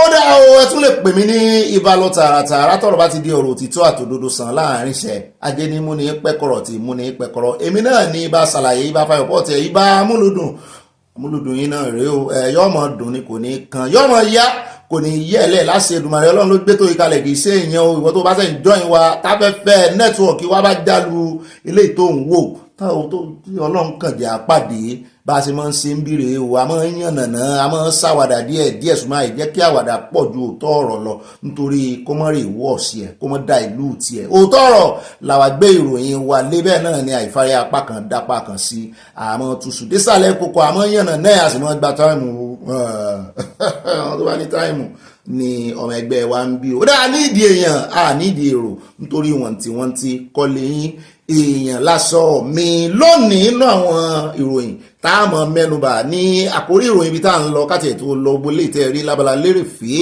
ayọjú lójú fèrèsé ní lójú wíńdò agbéborùn díẹ̀ àjókòó sórí bákó ní ẹ̀ ń gbàkútí ẹ̀ ń gbé àmùsí àṣìbẹ́ à ń tayín à ń ṣe gbéborùn tójú wa tó bẹ́ẹ̀ náà ni nínú àkórí ìròyìn báyìí gbogbo ibi tá a mọ̀ àyàbá ní àkórí ìròyìn lélẹ́yìn àti lọ síbi tá à ń lọ gangan àyàbá lélẹ́yìn àkọ́kọ́ fẹ́ ṣàpèjúwe ibi tá à ń lọ àdírẹ́sì rí bẹ́ẹ̀ bá ń lọ ibìkan bí ò bá mọ̀nà ó ti ṣìnà kó tó mọ̀ òṣùgbọ́n ó wá ti ní Google Map tàbí téèyàn tó mọ̀nà bá wà lẹ́gbẹ̀ẹ́ rẹ̀ wọ́n jọ ń kọ̀wọ́ rìn lọ́nu o. Ó dá o lónìí alákọ̀ọ́kọ́ ibi tá àkọ́kọ́ yà lórí ọ̀rọ̀ ti local content òun náà lá mẹ́nubà ọmọ ló ti ẹ̀dá òfin tààrẹ Tinubu presidential directive tán tọwọ́ bọ̀ lórí ọ̀rọ̀ local content pé àwọn ò fẹ́ importation mọ́ àwọn ọ̀jọ̀gbọ́n sọ̀rọ̀ àyà náà sọ tiẹ̀ wípé báwọn ọ̀jọ̀gbọ́n ṣe ń sọ̀rọ̀ làwa náà ó sọ tiwa wípé ó ti ẹ̀dá local content made in Nigeria orílẹ̀-èdè Nigeria gan is it a local content Nigeria fúnra rẹ̀ ta ló ṣe èdè tí Nàìjíríà ń sọ ǹjẹ́ Nàìjíríà gan ní èdè tó tán lè pè ní local dialect local language mother language lingua madre sani wọ́n ní nígbàtà ààrẹ Tinubu ti wá pè fún local content nsìn ìtumọ̀ ẹ̀ ni pé made in Nigeria product kí wá ní made in Nigeria language wa ibi tẹ́ ti mọ̀ wípé gbogbo ọ̀nà ní òmìnira ti wà justified gbogbo ọ̀nà pé a fẹ́ gba Yorùbá nation gbogbo ọ̀nà ló ti wà justified because ara local content wọn ni à ń bọ̀ ń bẹ́ a máa àwọn amòye wá àwọn ọ̀jọ̀gbọ́n wọn ganu sí máìkì wọ́n sọ implication ẹ̀ fún wa àwọn kan níbi ìbá ṣe ọ̀pẹ̀lọpẹ̀ Dangote nínú àwọn olówó Nàìjíríà àwọn ò sọ pé kò kówó jẹ àwọn ò sọ pé òun náà sí lára àwọn kí wọ́n mọ̀ bó ṣe lówó rẹ̀ alágbára lòun náà àwọn kan ń pè ń kàbá àwọn ò sì sọ pé kówó jẹ àwọn ò fẹ̀sùn kàn án ṣùgbọ́n ó tiẹ̀ gbìyànjú ó kò jẹ́ kókó jẹ́ bó tiẹ̀ kó dúró Nàìjíríà olówó yín mélòó ló kówó ẹ̀ dúró Nàìjíríà wọ́n tún fi ìyà jẹ yín wọ́n tún gbépo wọlé láti orílẹ̀-èdè òkèèrè láti ìlú èbó a sì ní epo tán ń gbé wọlé wọ́n á kọ́kọ́ gbé jáde náà ibi ọmọ Nàìjíríà gan wọn ríran wọn rọ̀ kan dáadáa ẹni nǹkan wọ́n á wá kọ́kọ́ kó jáde wọ́n á tún wá kó wọlé padà mọ̀ pé wọ́n fẹ́ fi ṣe yín sùtà ni wọ́n fẹ́ fi gbàbọ̀dé fún yín ni à ń bọ̀ ń bẹ́ẹ̀ kí ni ìtumọ̀ local content kan gan á fi Yorùbá nation á fi ṣe àpèjúwe bàbá kú omi àdé ọ̀dọ̀ very dark man rí ọ̀pọ̀lọpọ̀ ṣẹ́ takuntakun tí very dark man ṣe àgbéwánú abala lérèfé ó wá jáde gbogbo oríṣiríṣi story tá à ń gbọ́bọ́n ṣe mú kí ló ṣẹlẹ̀ ẹ̀yẹ kan ti ẹ̀ jáde ń jẹta ó ní ìyá rẹ̀ yáwó lóòótọ́ ní GT Bank bẹ́ẹ̀ náà ló very dark man sọ ó ní òun gbọ́ pé wọ́n fẹ́ fi ẹ̀sùn money laundry kan òun la ṣe definition tó sọ lánàá òun náà ló ṣe definition yẹn la ṣe mú wa. Ṣùgbọ́n lónìí ó ganu sí máìkì, ó sọ gbogbo ohun tójú òun rí, gbogbo bóun ṣe rìn, kí ló ṣẹlẹ̀ gangan tó fi jẹ́ wípé láti àkàtà báǹkì tóun ti lọ fẹjọ́ sùn, tóun ti lọ complain wọn àti ìyá àwọn ó ti jẹ́ látọ̀dọ̀ wọn ló ń ṣe dé ọwọ́ àwọn àmọ́ àwọn EFCC. Kí ló ń ṣe gangan, kí náà rí, kí ló tán gba fóònù òun, kí ló dé tán sì sí gbogbo tó ń kó lọ́wọ́ débẹ̀ tán bá lọ́wọ́ òun. À ń bọ̀ ń bẹ yóò ganu sí máìkì, á ṣe àtótónu rẹ̀ ní Yorùbá bó bá ṣe ṣe. A sì dúpẹ́ lọ́wọ́ Ọlọ́run o. Ìròyìn tá à mú alẹ́ ọjọ́ mẹ́ta ó fi ń kọ́ wa lọ́gbọ́n wípé mọ̀wọ́n gbọ́ ẹjọ́ ẹnìkan dájọ́. Ẹ wo ẹjọ́ ti Natasha nígbà tí arábìnrin yẹn jáde òun ní voice note, wọ́n play voice note, àwọn kan tó ti believe Natasha tẹ́lẹ̀ náà bá yí ẹ̀yìn padà sí pé mọ́ dúró lójú kan. In fact kó jẹ́ pé n tó dúró tì kan ó wá wrong, the best thing tó lè ṣe ni pé okay mo gbà pé mo ṣàṣìṣe, dúró lójú kan, fààyè káwọn méjèèjì sọ̀rọ̀ ṣùgbọ́n dúró lójú kan. Àwọn ọmọ Nàìjíríà mo sì sọ fún àwọn ní voice tí mò ń gbọ́ ìhòòhùn Natasha kẹ́ńbẹ́ ó fẹ́ jọ AI, ṣùgbọ́n àwọn ò torí ìròyìn for ìròyìn sake, body language wá sóòrí tá a wà àbí, ṣùgbọ́n torí pé à ń kàròyìn ní ká mọ̀ bá wà bias, torí ẹ̀ la ṣe ń gbọ́ apá méjèèjì àfàrí apá kan dápá kan sí. Ṣùgbọ́n nínú rẹ̀ náà òye òótọ́ ìtànsán ìmọ́lẹ̀ òótọ́ ó ń tàn wípé ẹni báyìí ló. Wọ́n ti ẹ̀sùn gbé jáde lánàá lórí ọ̀rọ̀ Natasha. Wọ́n ní ó ń jó sí orin kan tí ọmọ Haúsá kan kọ fún ààrẹ Tinubu. Wọ́n ní ṣé ó ti fẹ́ defect ni mo ní afẹ́fẹ́ defection títí ẹ̀ ń fẹ́ lẹ́nu ọjọ́ mẹ́ta ẹ̀ wọ́n ṣe pariwo wípé Ọ̀gbẹ́ni Sim Fubara náà fẹ́ defect nudo ní kò tí defect ó bó tẹ̀ jẹ́ pé àwọn tí ẹ̀ kan sọ̀rọ̀ wípé ó yẹ kó náà jáde só fẹ́ defect ní lóòótọ́. Bẹ́ẹ̀ náà ni lórí ọ̀rọ̀ ti Natasha só náà fẹ́ defect ni. A sọ púpọ̀ lọ́rọ̀ lórí rẹ̀ ó ní òwà mú wa dé inú defection gan tọ́pọ̀lọpọ̀ wọn defect. Àwọn èèyàn sọ pé ẹ mọ́dé APC lóhùn lóòótọ́ wọ́n fẹ́ ìjọba ẹni pọ́n fẹ́ sọ Nàìjíríà di one party system, ṣùgbọ́n àwọn èèyàn defect kúrò lágbo wọn náà. Wọ́n ní defection tó tiẹ̀ wá ń ṣẹlẹ̀ nínú ẹgbẹ́ tí wọ́n ní àwọn èèyàn jàǹkànjàǹkàn, àwọn tó ti fìdí múlẹ̀, àwọn gbòǹgbò wọn ní bí ìgbà téèyàn bá tu gbòǹgbò nǹkan pé ẹ mọ̀ pé téèyàn bá tu gbòǹgbò pàápàá jùlọ àwọn tá a bá ń gé kókó bá a ní kókó ńlé ṣé àwọn pé bẹ́ẹ̀ bá kàn gé bẹ́ẹ̀ bá fi mọ́ àtẹ́ fi gé lórí yóò tún wù padà, ṣùgbọ́n tẹ́ ẹ bá wù tìdítìdí kò lè wù ń bẹ̀ mọ́. Wọ́n ní àwọn tó di gbòǹgbò APC mú ọ̀nà ń kúrò ní APC pé lóòótọ́ làwọn èèyàn dìfẹ́ẹ̀tì sínú ẹgbẹ́ APC láti inú ẹgbẹ́ alábùradà inú ẹgbẹ́ Labour, ṣùgbọ́n wọ́n ní àwọn jáwé jura. Mo ní jáwé jura yá àgbòlò ti gbọ́ èdè yìí, wọ́n láwọn jáwé jura ni ó ní kò jọra wọn. Ó ní abáǹkálẹ̀ ní èjì nínú ẹgbẹ́ APC àwọn tó ti kó ń bẹ El-Rufai ó ní gbòǹgbò ni, ó ní ààrẹ ẹgbẹ́ ó ní gbòǹgbò ni, ó ní ṣé kò mọ̀ ká mú ní irọ́ àwa sọ politics kò sí tó kàn wá àwa kàn wá fi wọ́n pa wẹ̀ẹ́dẹ́ àásọ púpọ̀ lọ́rọ̀ bá a bá dénú àkójọpọ̀ òròyìn. Bá a bá kó ń bẹ àtún sáré dé Benue níbi tá a ti gbọ́ wọ́n ní èèyàn 23 míì tún ti kú mo ní àìgé repeating itself ní Benue. Kí ló tún ṣẹlẹ̀? Wọ́n ní farmers ní gbogbo wọn àgbẹ̀, wọ́n náà tún pa wọ́n dárúkọ local government 4 tó ti ṣẹlẹ̀. Bẹ́ẹ̀ náà ni commissioner for information wọn ń bẹ̀ òun náà fìdí ẹ̀ múlẹ̀ bó ti jẹ́ wípé ti kí lórúkọ local government àbọ̀ ń bẹ̀ ó fìdí ìṣẹ̀lẹ̀ yẹn múlẹ̀ ó láwọn yòókù òun sì ń retí kan fún rìpọ́ọ̀tù mu ni. Ta ló wá pa wọ́n? Sàn Fúlàní náà ni àbáwọn míì wọ́n lọ́rọ̀ pọ̀ ń bẹ̀ wọ́n láwọn ò tí ì lè kanjú abẹ́ǹkò fún abáyé, ṣùgbọ́n àwọn lè sọ fún wa ó wà pé 23 people ló tún kú tán sì jẹ́ àgbẹ̀ níta ni ó ṣe tẹ́lẹ̀. À ń bọ̀ mẹ́ẹ̀ lónìí náà ni kò ní dọ́là bàbá kò mẹ́ẹ̀ àṣàrè dé South Africa níbi tá a ti gbọ́ wọ́n ní ọmọ Nàìjíríà kan pásítọ̀ ní wọ́n ní tó ti lò bí ọdún 9 nú ẹ̀wọ̀n látàrí pé wọ́n fi ẹ̀sùn ìbálòpọ̀ àti trafficking human trafficking wọ́n fi kàn án. Lẹ́yìn ọdún 9 wọ́n náà túlẹ̀ nítorí pé adájọ́ sọ wípé àwọn tó fẹ̀sùn kàn án wọ́n ní wọn ní ẹ̀rí tó establish ẹ̀ dáadáa. Wọ́n ní lóòótọ́ ọ̀rọ̀ ẹnu pásítọ̀ yẹn náà ń gbọ́n o, wọ́n ní ṣùgbọ́n àwọn tó fẹ̀sùn kàn ò ní ẹ̀rí dáadáa. Ó ń jọ bí ẹni pé àwọn ọmọ ìjọ rẹ̀ ni wọ́n ẹ sì mọ̀ pé South Africa tán bá ń dárúkọ orílẹ̀-èdè lágbàáyé tán ti ń fi ẹ̀sùn ìbálòpọ̀ táàkà. Lẹ́yìn India wọ́n máa dẹ́ṣẹ̀ yẹn gan ní India. Lẹ́yìn India wọ́n ní South Africa wà lára ibẹ̀ náà ní HIV pọ̀ sí jù.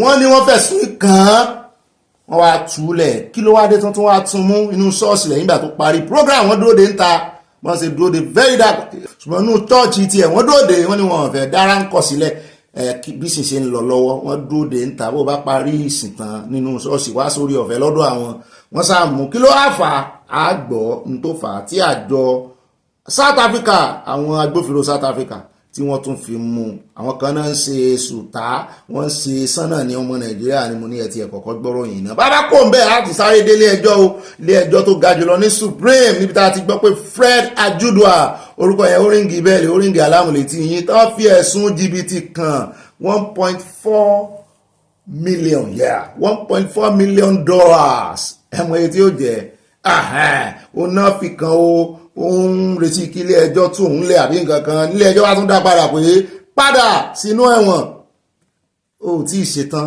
tọ́ọ̀pù ònú ẹ̀wọ̀n àmúbọ̀ àfúnni kí ló dé tán túlẹ̀ ṣé kò tí ì lo táàmù rẹ̀ tán ni kí ló dé tó fẹ́ kó ònú ẹ̀wọ̀n tẹ́lẹ̀ owó ẹ̀ náà láàmẹ́nubà lónìí náà ni kò ní dọ́ọ̀la o bàbá kó ń bẹ̀ tán á sáré dé ibìkan lóńdó tán ń pè ní ìlú gbó àbí ìlú gbò wọn mọ̀ pé ẹ̀kọ́rẹ́ẹ̀tì mi gbogbo ẹ̀yàn ọmọ Oǹdó wọ́n ní orí omi ló wà lájẹ́ ẹsẹ̀ odò àbí nǹkan kan a sọ kúlẹ̀kúlẹ̀ rẹ̀ ìdí tí wọ́n fi fẹ́ obìnrin pupa mo ní ọmọ pupa ooo ọmọ pupa lèmi fẹ́ ọmọ pupa ooo jọ̀wọ́ mo fẹ́ràn rẹ̀ o wọ́n ní kẹ́ ẹ mọ́ kọrú orin yẹn débẹ̀ ìdí ó fẹ́ ìtàn fẹ́ lọ́mọ ti ìtàn fẹ́ ìtàn mọ̀rẹ̀mí ó fẹ́ lọ́mọ́ra wọn à ń bọ̀ ń bẹ̀ ẹ̀ka náà rọra fi ọ̀rọ̀ ọ̀tàn ọba wọn ló ganu sí máìkì ṣùgbọ́n ẹ má bínú pé mi ò pe orúkọ ìlú yẹn dáadáa bí n bá pé tẹ́rùnlì kò tẹ̀yìn lọ́rùn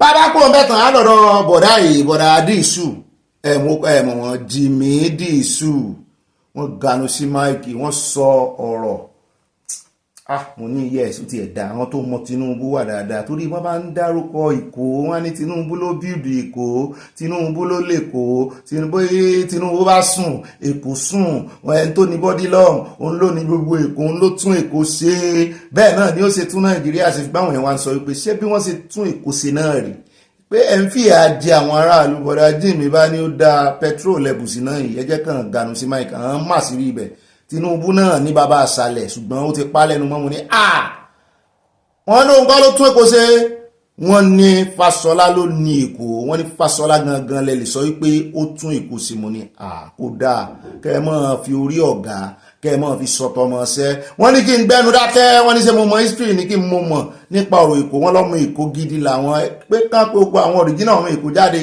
pé wọ́n secondary mo sọ̀rọ̀ àwọn mo ní lánàá tiẹ̀ ní bọ̀dá tí wọ́n pera wọn ní Balógun Èkó yẹn tán wà ń lo èbò tán náà sí restaurant pé wọn làwọn fi ń jẹ àwọn òṣòṣèlú àwọn náà ganu sí máìkì wọ́n sọ kó bá kún gbé ọ̀rọ̀ sáàrẹ Tinubu àtọmọ wọn àtìyàwó wọn àtẹbí wọn náà ń dèkòrú wọ́n ní pàápàá jùlọ nípa election local government tó ń lọ lọ́wọ́ wọ́n ní ṣe ni wọ́n impose àwọn èèyàn mú ní kò kan wá tó bá wù wọ́n kan fira wọn kan fi ṣe ṣùgbọ́n ọ̀rọ̀ bàdàdí ìṣúlà mú bọ̀ wá fún yín níbi tó ti ganu sí máìkì wọ́n sọ dẹ́ndé ọ̀rọ̀ mo ló ti ẹ̀dá is good èyàn lè wà náà kò mọ́ ní àwọn tó lè sòtọ́ ọ̀rọ̀ fún báàrẹ Tinubu ṣe tó yẹn tán ń fọwọ́ lálẹ̀ látèkó dé Àbújá wọ́n láwọn kan wà tó lè gbé náà ojú wọn wípé stop ṣe bẹ́ẹ̀ àwọn ọmọ tó tún Èkó ṣe ṣùgbọ́n àwọn kan wá ń sọ wọ́n ní ṣe bí alátìlẹyìn BRF ní Tinubu pé gbogbo tí BRF ṣe bí ò bá sí ti Tinubu ń bẹ̀ àti pé òun gan-an lójú ó débẹ̀ bí Wike ṣe gba Fubara láàyè pé bí ò bá ìjà sí bẹ́ẹ̀ ṣẹlẹ̀ láàrin wọn nígbà náà o àbẹ́yìn ọ̀rántí ìjà tó pàpà break out láàrin Ambode àti ààrẹ Tinubu àárín BRF àti Tinubu ló ti kọ́kọ́ fẹ́ ṣẹlẹ̀ wọ́n sá pàṣẹ wọn manage àti ẹ̀ mọ̀ pé BRF máa padà wàá ṣe ẹlẹ́ẹ̀kejì nígbà náà wọ́n ara oró tán yọ lára àti Ambode nù ṣùgbọ́n àwọn èèyàn wá sọ wípé bẹ́ẹ̀ bá ti ẹ̀ ń ṣàìtì àpẹẹrẹ wípé Tinubu ló sa látìlẹ́yìn ní bàbá àṣàlẹ̀ àwọn BRF nǹkan kan pé ṣé ọjọ́ tẹ́ ẹ ti ń sọ ìtàn Tinubu náà kí ló dé tẹ́ ẹ dárúkọ bàbá àṣàlẹ̀ tiẹ̀ náà sóhun silent bàbá àṣàlẹ̀ rẹ̀ ni tó ṣeé ṣe kí politician wà kò mọ́ ní bàbá àṣàlẹ̀ àbọ̀ ń bẹ́ẹ̀ bọ̀dá òun ní ó fẹnu ara wọn sọ wọn gàrún sí máìkì interview tí wọ́n ṣe fún wọn. bẹ́ẹ̀ náà ní tàbá kó mẹ́tàn á dé ọ̀dọ̀ àjọ NEC inú mi dùn ìgbésẹ̀ tí àjọ NEC ń gbé lẹ́nujọ́ mẹ́ta yìí ṣùgbọ́n mi ò wà á mọ̀ bóyá ọ̀rọ̀ ẹnu lásán ni àbí wọ́n fi action tẹ̀lé bó ni wọ́n ṣe ń gbéná ojú ẹkùn àwọn disco genco wà disco wà nec only regulatory body tó ń regulate yan méjèèjì wọ́n ní gbogbo owó pátápátá gbogbo nátàn fún àwọn band B wọ́n kọ́kọ́ kí gbogbo ẹ̀yin oníbàárà àwọn tẹ́ wà lórí band A mo kí n kú oríire wọ́n ní gbogbo iná tàn fún yín wọ́n ní 20 hours ò kéré jù ló yẹ kán wọ́n fún yín nínú 24 hours mo ní Nàìjíríà sàn kan sì wà tó ní 20 hours iná nínú 24 hours ayé ti dáadé nù wọ́n ló yẹ kán mọ́ ní 24 hours nínú 24 hours ní lójoojúmọ́ kò yẹ kán mọ́ múná lọ kò yẹ kó sígbà kán mọ́ fi níná wọ́n ní bó ṣe wà ń bí inú iná ló ràn án lẹ́yìn bẹ́ẹ̀ bá débì kan gan-an bá dàbí pé bóyá wọn àtàná iná wà ń bẹ́ẹ̀ wọ́n ní iná ló chíìpù jù láti ní bó ti ẹ̀jẹ̀ wípé owó rẹ̀ gara ó sanwó bíìlì o ṣùgbọ́n òun ló yàfùnyàfùn jù bí ìgbà téèyàn bá ń lomi inú ilé àná la gbọ́ tán ni wọ́n fún àwọn ọmọ Nàìjíríà ní sọ́bsidì omi mi ò gbọ́ rí ẹ sáàrí lẹ́nu bọ̀dá ẹ gbọ́ lẹ́nu bọ̀dá ẹ lọ́wọ́ kan wọ́n ti wá sọ wípé gbogbo ẹ̀yin tí wọ́n fún ní iná yẹn bóyá wọ́n fún yín ní 10 hours instead of 20 hours tán sọ yín di band B àbí band C àpàpà òǹdodo tán sì ń gbowó band A lọ́wọ́ yín wọ́n dárúkọ wọn pátápátá gbogbo àwọn disco company mẹ́sẹ̀ẹ̀sán wọ́n ní wọ́n dán owó fún yín padà sí káàsì náà fẹ́ fún yín sẹ́ lọ́ọ̀ tó bẹ́ẹ̀ gbá ni àbọ̀ wọ́n fi sórí credit àbọ̀ wọ́n fi fún yín ní wákàtí tó yẹ kan fún yín ìwọlẹ́ fẹ́ ń bẹ̀ àjọsọ nínú àkójọpọ̀ ròyìn lónìí àní rí jù báyìí lọ́nà àwọn àkórí ìròyìn wa yóò dùn ó yóò lárinrin torí àwa náà pọnnu mọ́ pàkéjì ẹ̀ dáadáa ṣùgbọ́n òótọ́ lóòótọ́ ó mọ̀ jẹ́ nígbà tó ń mú onírọ́ mọ́ pọnnu mọ́ irọ́ wọn àwa tá a lo òótọ́ náà òótọ́ ògidì òótọ́ àápọnnu mọ́ àrírí jù báyìí lọ́nà àwọn àkórí ìròyìn wa ní pápá àpẹja catapult káà náà defect sínú ẹrù pẹ̀lú òṣèlú la fẹ́ defect lọ irọ́ inú abala la ń defect lọ ọmọdé mọ́ defect inú migration ni pé kì í wo wild animal ni àwọn geographical station yẹn tó mọ́ sọ àwọn animals wá ti dìgbà òǹgbẹ ìgbà ọ̀gbẹlẹ̀ wọ́n á migrate lọ síbi tó mi wà tó bá ti dìgbà òjò wọ́n á tún migrate àwa náà fẹ́ migrate sínú abala tí ó mọ̀ tẹ̀lé abala sáná wọlé níbi tá a ti mọ́ flash news àmọ́ flash news pàkà mọ́ sáná sójú ara wa ẹ̀yà picture ọ̀fẹ́ ẹ̀ṣẹ̀ musin ẹ̀ṣẹ̀ pọ́ọ̀rọ̀ ẹ̀ṣẹ̀ ọlọ́ọ̀sà sínú ẹ̀dẹ̀ǹgẹ̀ post ẹ̀dẹ̀mọ̀ pàkà mo ti yà yín dáadáa picture yín fine ẹ wà photogenic. àkọ́kọ́ nínú abala sánáwọlé fún tòní entertainment news la máa fún yín inú yín dùn ayọ̀ yín kún owó ẹ̀yin tẹ́ ń retí ká fún yín ní sport news gbọ́fì sport bó bá fẹ́ wá la máa mú sport news wa. ìṣẹ̀lẹ̀ kan tó ṣẹlẹ̀ lánàá award night ti AMVCA àwọn òṣèré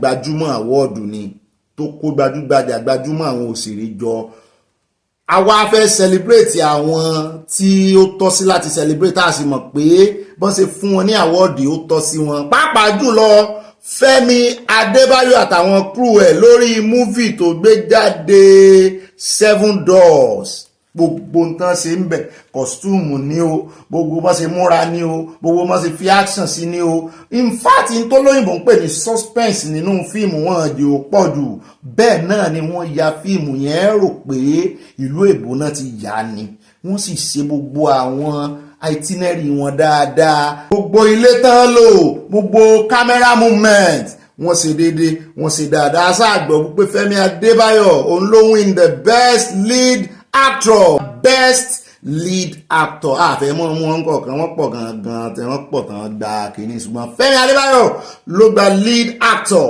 wọ́n lẹ́ni tó gba lead actress ó náà ni Chioma Chukwuma ọmọ Igbo ni in fact from far and near ní gbogbo àwọn tí wọ́n kóra wọn jọ kìí ṣe pé kàtígórì Yorùbá nìkan wọ́n gbìyànjú wọ́n gbóúnjẹ fẹ́gbẹ́ wọ́n gbà owó bọ̀ ẹjẹ́ àṣà wọn látẹ̀wọ́ o ó dá o akànnì afitọ́yìn lẹ́nu wò ni torí ìtọ́wò là mọ̀ dídùn ọbẹ̀ nínú ìròyìn tí ó mọ̀ tẹ̀lé ẹjẹ́ àdọ́dọ̀ àwọn ẹlẹ́yin àwọn farmers poultry wọ́n sọ wọ́n ní ẹ̀yìn àwọn ń dòbú máwọn lọ́wọ́ mo ní wọ́n bá lẹ́yìn dòbú bàjẹ́ nù wọ́n ní sẹ́mi ọ̀pẹ́ yín náà mọ́ expire ni wọ́n ní adìẹ tí sì ń yí ẹyin wọ́n ní dìínró. Mo ní èlò lẹ́ǹta kírètì ẹyin náà bá gbójú sẹ́gbẹ̀ẹ́ mo ní ẹ̀yin náà ń complain pé ẹyin ń dòbò mọ́ ẹyin lọ́wọ́ àwọn èèyàn rẹ̀ yín wọ́n lè rà á ṣùgbọ́n ẹ̀yin tẹ́ ẹ̀rẹ́ yín náà ẹ̀yin ọmọ Nàìjíríà kí ni source of protein yín nínú oúnjẹ tẹ́ ń jẹ ní ìsìn ráìsì lẹ́sìn wọn jẹ́ ju Nàìjíríà ẹ̀wà gan tí wọ́n tẹ́ ẹ máa fi ṣe complementary tẹ́lẹ̀ kí lẹ wá fi ń ṣe source of protein ẹ yá a máa gé ẹ̀fọ́ kẹ́ ẹ máa fomi ọbẹ̀ jẹ ráìsì kẹ́ ẹ máa fi ẹ̀fọ́ jẹ ẹ gbọ́dọ̀ máa míìsì protein o source of protein ẹyin ni ṣùgbọ́n ní ìsìn ẹlẹ́ẹ̀rẹ́ yín mọ́ bọ́dá mi kan ti ẹ̀ sọ wọ́n lọ́dún ọ̀nà ti jẹ rẹ̀ yín tán máa rán ọmọ lóúnjẹ tẹ́lẹ̀ tí àwọn ò ní ẹ fi ẹran mẹ́ta sí ẹ fi tinú ẹran méjì àbí mẹ́ta náà sí ẹ bá ń fẹyin náà sí ẹ fi pọ̀nmọ́ sí wọ́n ní kò pè mọ́ wọ́n ní kò sẹ́yìn mọ́ wọ́n ní àgbọ́yà tó bá ń ta àbọ̀ ẹyin ní ìsinmi níbo lẹ́sìn ni wọ́n ń ta àbọ̀ ẹyin ẹ̀ sì délé olóúnjẹ pé ẹ fẹ́ rẹ ẹyin kan báyìí ń gé sí méjì tí ẹ mọ sísítà mi kan náà wọ́n yìí báyàn pín ẹyin jẹ àwọn kan wà tó báyàn pín ẹyin jẹ o àìmọye ẹyin pínpín láyé ìjọba èmi ló kàn wọ́n náà wá ń béèrè àwọn tó ń sin adìyẹ yìí wọ́n ń béèrè fún government intervention wọ́n ní kí wọ́n subsidize lọ́dọ̀ àwọn náà mo ní tó mú government sọ pé àwọn subsidize omi government tán sọ pé àwọn fún omi ní subsidy ó yẹ kán fún àwọn olóúnjẹ náà ní subsidy wọ́n sàlẹ̀ yín wọn sẹ́yìn sí ń jẹyin lọ́dọ̀ yín náà ìyẹ́ omi ò mọ́ wọ́n ní bó bá ṣe tóbi tó ló ṣe wọ́n tó ẹgbẹ́ èlò ní kírètì ní ìsìn toró yojúmọ́ làwọn agbẹnusọ ààrẹ ń jáde ẹkọ́nọ́mì ti dá ẹkọ́nọ́mì ti sunwọ̀n àwọn tírèdì iye báyìí ṣùgbọ́n àwọn ọmọ Nàìjíríà ò mọ̀ lára ìnira ló bá dé ara ò ní ní wá o ẹjẹ́ àpò ń bẹ́ẹ̀ ẹjẹ́ àdọ́dọ̀ bàbá Fáṣọ̀rántì a fẹ́ kí wọn orí wọn pé ọmọ ọdún mọ́kàndínlọ́gọ́rùn-ún 99 Ọlọ́run fún bàbá ní oore ọ̀fẹ́ ńlá o 99 ń bá lárúgbó tó 99 ká dúpẹ́ o bó ti jẹ́ wípé ọ̀pọ̀lọpọ̀ wọn náà nígbà náà wọ́n lè mọ́ sá ẹlòmíì sóòrùn pé ó yá ẹ wá gba vitamin D wọ́n sì wọ́n ṣe ń lo òyìnbó nù tí ò tí 70 gan ẹ ti bá oorun àárọ̀ òun bíi aago 8 àbọ̀ sí aago 9 yẹn ìtaná máa wà wọ́n máa sára wọn sóòrùn ìyí sóòrùn gbígbóná yanyanyan o bàbá ń ṣe birthday lórílẹ̀ alààyè adúpẹ́ fún wọn ẹ jẹ́ ká mọ̀ dúpẹ́ lórí àwọn bàbá wa ààrẹ Tinubu náà ti fohùn ránṣẹ́ wọn náà dúpẹ́ lórí Afẹ́nifẹ́re leader bàbá Fáṣọ̀rántì àwa náà bọ́n yọ àbọ̀n dúpẹ́ gbogbo aládàgbà ládògbò àṣìwà ní dàgbà àyà láṣẹ Ọlọ́run Èdùmàrè gbogbo àgbàlagbà náà èyí tó dàgbà àyà mọ́ra rẹ̀ èyí tí ò dàgbà àyà náà bẹ́ẹ̀ bá sì dàgbà títí náà yóò padà dọ̀run náà ni yóò dàgbà nílé ayé ó bá ti dàgbà títí náà yóò padà dọ̀run náà ni yóò rè jí sí ọwọ́ rẹ̀ ṣùgbọ́n àgbà téèyàn ó dà tí ó padà dọmọdé gan tó jẹ́ wípé kò tiẹ̀ ìmí gan lè mọ́ bọ́ ṣe ń ronú mọ́ ìmí gan ó ti dọmọdé pátápátá Ọlọ́run ní agbára o ìta àti bẹ̀rẹ̀ náà látún padà sí is a great cycle ẹ ń bá mọ̀ para rẹ lórí nǹkan ayé para rẹ o.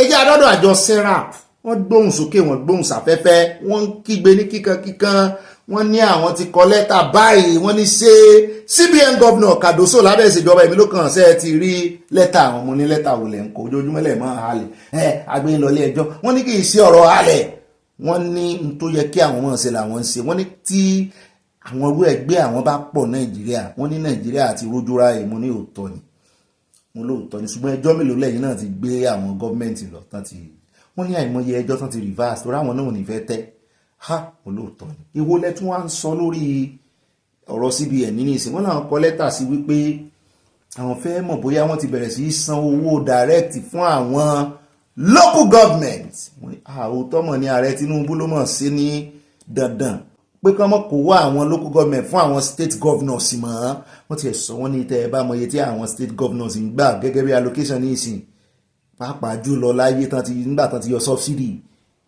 abalajọ tí gbogbo wọn san gbèsè ó ti yé mi ẹ̀kúnwó owó pọ̀ lọ́wọ́ wọn gan ní ìsìn o state governor tí ò bá ṣe bẹ́bẹ́ lu rẹ̀ ẹ lé dànù.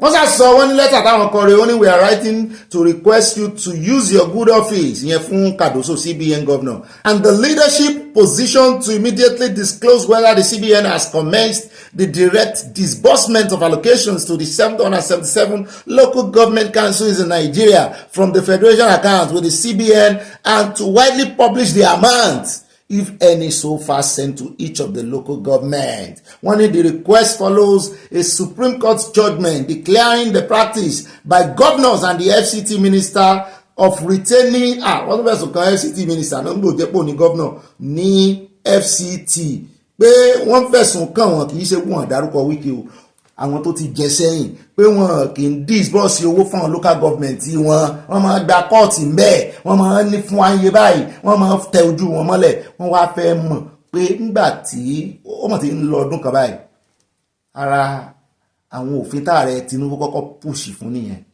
pé kí local government ní autonomy. Nígbà tẹ́ ti wá pùṣì fún tán, ṣé ẹ ti ń san fún wọn àbẹ́ ẹ̀sán tó ara tó fa owó ọ̀hún ní Rivers State nìyẹn? Ṣé ẹ ti ń san fún wọn? Sàn lẹ́ ń san fún directly. Wọ́n náà fẹ́ mọ̀, wọ́n bá ti jẹun lábọ̀ àmọ̀ jẹ́ kẹ́ gbọ́ o, bí wọ́n bá sì jẹun lábọ̀ náà àjẹpáwà náà kò sí ní tá a fẹ́ sọ fún yín lórí rẹ̀ nù, ṣùgbọ́n àwọn òwe CBN ni ó sọ̀rọ̀. Ẹjá kò mẹ́ ẹjá dé àárín àwùjọ àwọn gómìnà ilẹ̀ Haúsá, kì í sàn nìkan àtàwọn ẹ̀mí àwọn náà ti wọ ìyẹ̀wù, wọ́n wọ inú the secret place wọn náà fẹ́ ṣèpàdé, àwọn fẹ́ foríkorí, àwọn fẹ́ fikùn lukùn lórí ọ̀rọ̀ security. Ètò ààbò tó mẹ́ẹ̀ ní apá Àrẹwà pé ó ti sú àwọn ló ti ẹ̀dá abẹ́, kí lẹ wá forí lórí lé lórí. Wọ́n ní kan ṣoṣo nú ẹ̀nà fẹ́ sọ fún wa, wọ́n ní àwọn tí wá gbà pátápátá báyìí fọ́gá àwọn lórí ọ̀rọ̀ state policing. Mo ní ẹ̀ ti gbà ewé ilẹ̀ kọ́kọ́ ń ṣe kandukandu tẹ́lẹ̀ nígbà tó jẹ́ kínní yín náà jáde nígbà náà, ó ní restructuring under my boot. Ẹ ti gbà wípé abẹ́ restructuring ní state police wà ní wọ́n láwọn gbà, ẹ ti gbà báyìí, ẹ ti fẹ́ ní dandan ní tipá ti kúkú, ẹ ti fẹ́ gba police wọ́n láwọn ti fọwọ́ sí. Wọ́n wá ń rọ senate pé kán jọ kán mú ní bàdà, kán ṣe ní kánmọ́kánmọ́ kóyákóyá, kán pàṣẹ bíìlì yẹn pé ó ti tààpò fún state policing. Mo ní ó ti ẹ̀dá bẹ́ẹ̀. Nígbà owó tán sì fún yín ní ìsìn gbogbo ẹ̀rù tí ń báyìí tẹ́lẹ̀, pàápàá jùlọ àwọn gómìnà pé bó làwọn ó ṣe bó làwọn ti fẹ́ rówó, ẹ sáà ti ń gbowó gidi ní ìsìn. Ara tó yẹ kán fi ṣe ètò ààbò nìyẹn. Ẹ bá ń tẹ̀sí nílé agbára ẹ̀jẹ̀ àgbọ̀rọ̀ lẹ́nu wọn. Coordinated strategy encompassing investment in education, agriculture, youth employment, and local enterprise must be urgently devised. Equally, traditional institutions must be empowered to play stronger roles in intelligence gathering and community policing. Posterity will not forgive inaction.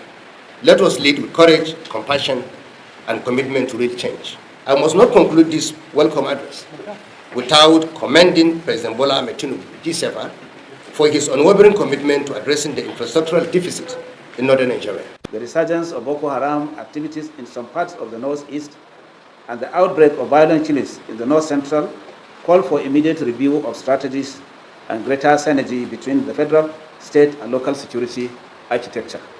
The forum also reiterated its support for the creation of state police and call on the National Assembly to expedite action on the enactment of the legal framework for its takeoff. The forum also resolved to strengthen peculiar local initiatives in combating all forms of security challenges. The forum also resolved to urgently set up interstate platforms to coordinate surveillance on our joint borders. Ó lè káàbọ̀ padà yẹ wá tara ṣàṣàkà dé ọ̀dọ̀ àwọn ọmọọṣẹ́ ológun ilé náà láàfi kásẹ̀ àbàlàsá wọlé ńlẹ̀ o. Wọ́n ní àwọn ọmọọṣẹ́ ológun Nàìjíríà ń ṣe bẹ́bẹ́, wọ́n ń lé àwọn lákúráwá pa. Ètò ààbò ń gbèrú sí Nàìjíríà, ó slow lóòótọ́ ṣùgbọ́n ó steady. Àyàbá pariwo pé ọ̀gá mi ta ló kọ script rọ́tẹ̀ǹkáì, sẹ́mi náà ni mo kọ́ fún yín. Ibo mo ti rí, mo ní wọ́n fi ránṣẹ́ sí mi ní o, kìí ṣe wọ́n ló kọ ilé yìí o, Minister of Defence ló fi ránṣẹ́ o, sì jẹ́ kí n rí kí n fẹ́ tiẹ̀. Mo ní mọ́ bínú, ó ní wọ́n máa tàn àwọn ọmọ Nàìjíríà pa ní o. Mo ní kó fi hàn méjèèjì lẹ̀, àtẹ̀ntì ń tàn wọ́n àtẹ̀ntì ń tàn. Mo ní wọ́n ń fìtì ara wọn.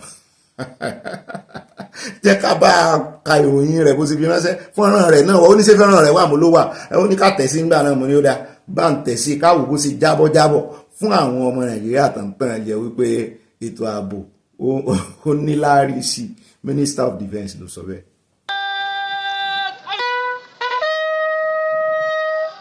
Well, I come to discuss their operations, what they have been doing, bring a message from the President of thanks. President is appreciative of what the troops are doing in the country, and specifically in Kebbi. And with the threat of Lakurawa, they have done so well, and he asked me to encourage them to do more so that we block the Lakura's development in the country. So let us finish them at this stage and from here. And the military leadership confirmed to me that they will not rest on their oars until they flush out Lakurawas and keep Kebbi and Nigeria safe. I have blown my trumpet yesterday, and your governor confirmed to the world that security situation have improved, not only in Kebbi State, but in Nigeria, vis-a-vis what used to be in 2023. So we are not saying that we have ended insecurity, but we are saying that we are improving gradually, slow, but steady. We will end it, and we'll end it, inshallah. Ó dá o, ẹ má bínú, ẹjẹ́ afẹ́lẹ́ ìkún o lórí ọ̀rọ̀ bọ́dà. Àwọn kan ń gbé kiri, wọ́n ní wọ́n sí bọ́dà ní Sẹ̀mẹ̀, wọ́n ní wọ́n ti bọ́dà tí ó pààlà pẹ̀lú Kwara State àmọ́ yẹn. Wọ́n ní ti Badagry náà, wọ́n ti ní kàn tí mo ní rọ́ ni. Ẹ má gbé ìròyìn fògànà. Wọ́n ti ṣí gbogbo road blocks ni wọ́n ti fọ́dànù pé ẹyọ gbogbo road blocks kúrò ńbẹ̀ táwọn custom fi síbẹ̀, àti custom tí wọ́n lọ́n Vandamu àbí Gendarme náà máa ń pè wọ́n Gendarme, mo ní Vandamu ti wo movie orí mi tí. Wọ́n ní kàn yọ gbogbo road blocks kí ọ̀nà tẹ́jú, ọ̀nà títì gbalaja lọ́nà Èkó, gbogbo ọ̀nà ló gbà àwọn èèyàn ní ìṣe, ṣùgbọ́n nǹkan kan wá bá dé o. Mo ní bó ṣe wà ní ọ̀dọ̀ àwa Schengen zone náà nìyẹn. A lè wọlé, a lè jáde, ṣùgbọ́n wà á declare ara rẹ̀. Wọ́n yẹ ọ̀wọ́, ó di dandan. Ó di dandan kan check yẹn. Ó di dandan. So nídìí èyí, afẹ́ tó bá ti ń lọ tó ti ń bọ̀, ẹlòmíì ń ṣiṣẹ́ ní Germany, ó ń gbé ní ìletò tó súnmọ́ Germany tó wà nínú Italy border. Àwọn yẹn bọ́n ṣe ń lọ bọ́n ṣe ń bọ̀, ìgbà míì gan o lè kọjá lára mẹ́sìn kan tó ti máa fìdí ẹ̀ múlẹ̀ wípé ìwé ẹ̀ pé, torí wọ́n scan identity ẹ̀, wọ́n á dẹ̀ rí lórí system pé ìwé ẹ̀ pé, kì í ṣe pé wọ́n á ṣe mọ́ waste time yẹn àbí wọ́n máa yẹ ìkọ̀ọ̀kan wò every time, because wọ́n mọ̀ pé àwọn àlejò náà wà tó jẹ́ wípé ó kàn dàbí bá ṣe wọ train kiri náà, nínú train wọ́n máa ń check nígbà míì. Àwọn àlejò náà wà tó jẹ́ wípé bóyá visa France ló gbà wọlé, ṣùgbọ́n tó jẹ́ wípé France kọ́ ní destination ẹ̀, ó fẹ́ sáwọ Austria tàbí kó sáwọ Germany, gbogbo ẹ̀ wọ́n máa check ẹ̀. Ìtumọ̀ ẹ̀ náà ni wípé wọ́n ṣe sí bọ́dà yẹn nísìn, wọ́n máa check ẹ̀, kò ní sáyé pé èèyàn ń jí, èèyàn ń ṣe fàyàwọ̀ mọ́, wọ́n ní kán yé, kò ní sí pé wọ́n ń gbé ọjà àgbà inú gbómọ́ tàbí wọ́n ń gbé ọjà àgbà illegal road. Ẹ gbé gba ojú ọ̀nà gangan, kẹ́ ẹ sì san iye owó tó yẹ kẹ́ ẹ san. So wọ́n ti sí bọ́dà o, wọ́n sì sọ pé kì í ṣe èèyàn nìkan náà sí fún. Ẹ bá ń tẹ̀sí ilé agbẹ̀rẹ̀ já gbọ́rọ̀ lẹ́nu wọn, bá bá paradì ká máa wọnú abala ẹ̀yin olólùfẹ́ wa, abala comment section. There are things that human beings cannot see, scanners can see.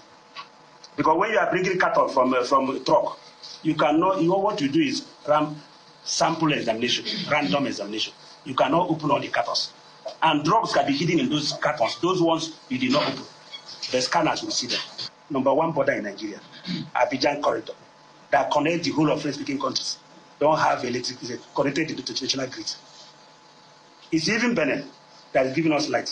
We have the phone numbers of the human traffickers. How do we lay our hands? I'm begging that the situation should be created where we could further synergize in tracking those people down to their hidden places.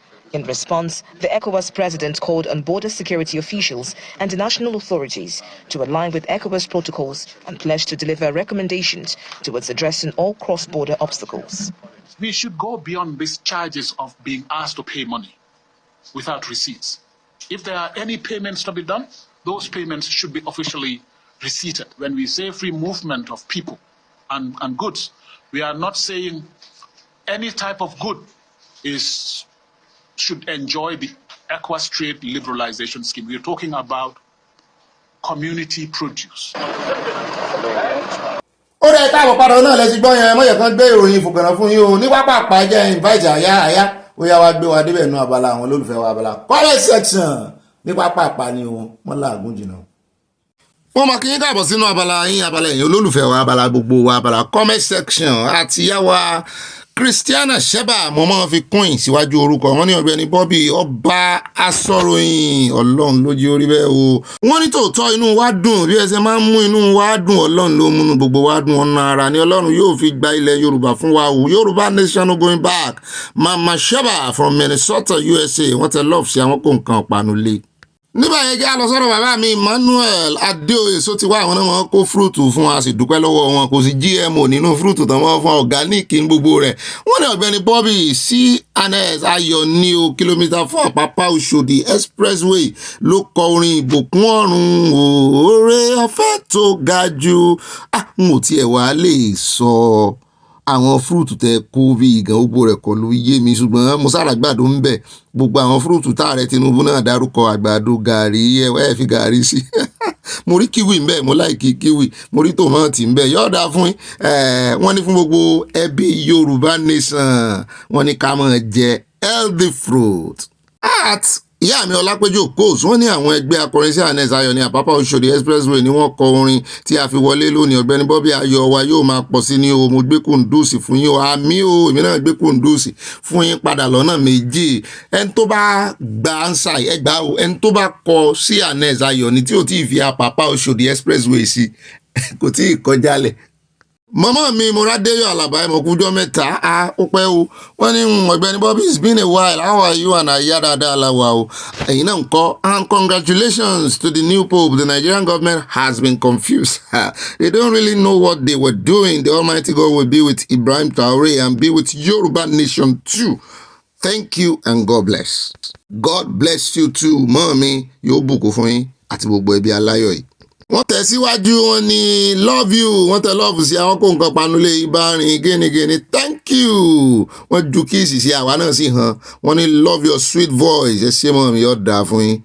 mọ́ọ̀mí Olúṣọlá Adébáyọ̀ wọ́n ní ìjọba kò ní owó láti fún àwọn akẹ́kọ̀ọ́ gẹ́gẹ́ bí scholarship ṣùgbọ́n wọ́n ní owó láti san fún gbogbo àwọn tí wọ́n ń lò fún hajj lọ sí Mecca abẹ́ẹ̀rí ọ̀nà tẹ́ gbà wó yìí ó dùn mọ́ mi o Ọlọ́run wà lórí ìjókòó rẹ̀ ó ń wòye fa ìdájọ́ ń bọ̀ kankan abẹ́ẹ̀rí wọ́n sì ń kó owó iyebíye lé àwọn tí ń lọ ń ṣe pilgrim lọ́wọ́ bí Christian ṣe ń ṣe tiẹ̀ náà mùsùlùmí ń ṣe tiẹ̀ ṣùgbọ́n owó àti rán àwọn ọmọ léèwé pẹ́ẹ́rù ń bá wọn pé wọ́n bá kúkú rán náà wọ́n tún jápa náà ni wọ́n ní dúró.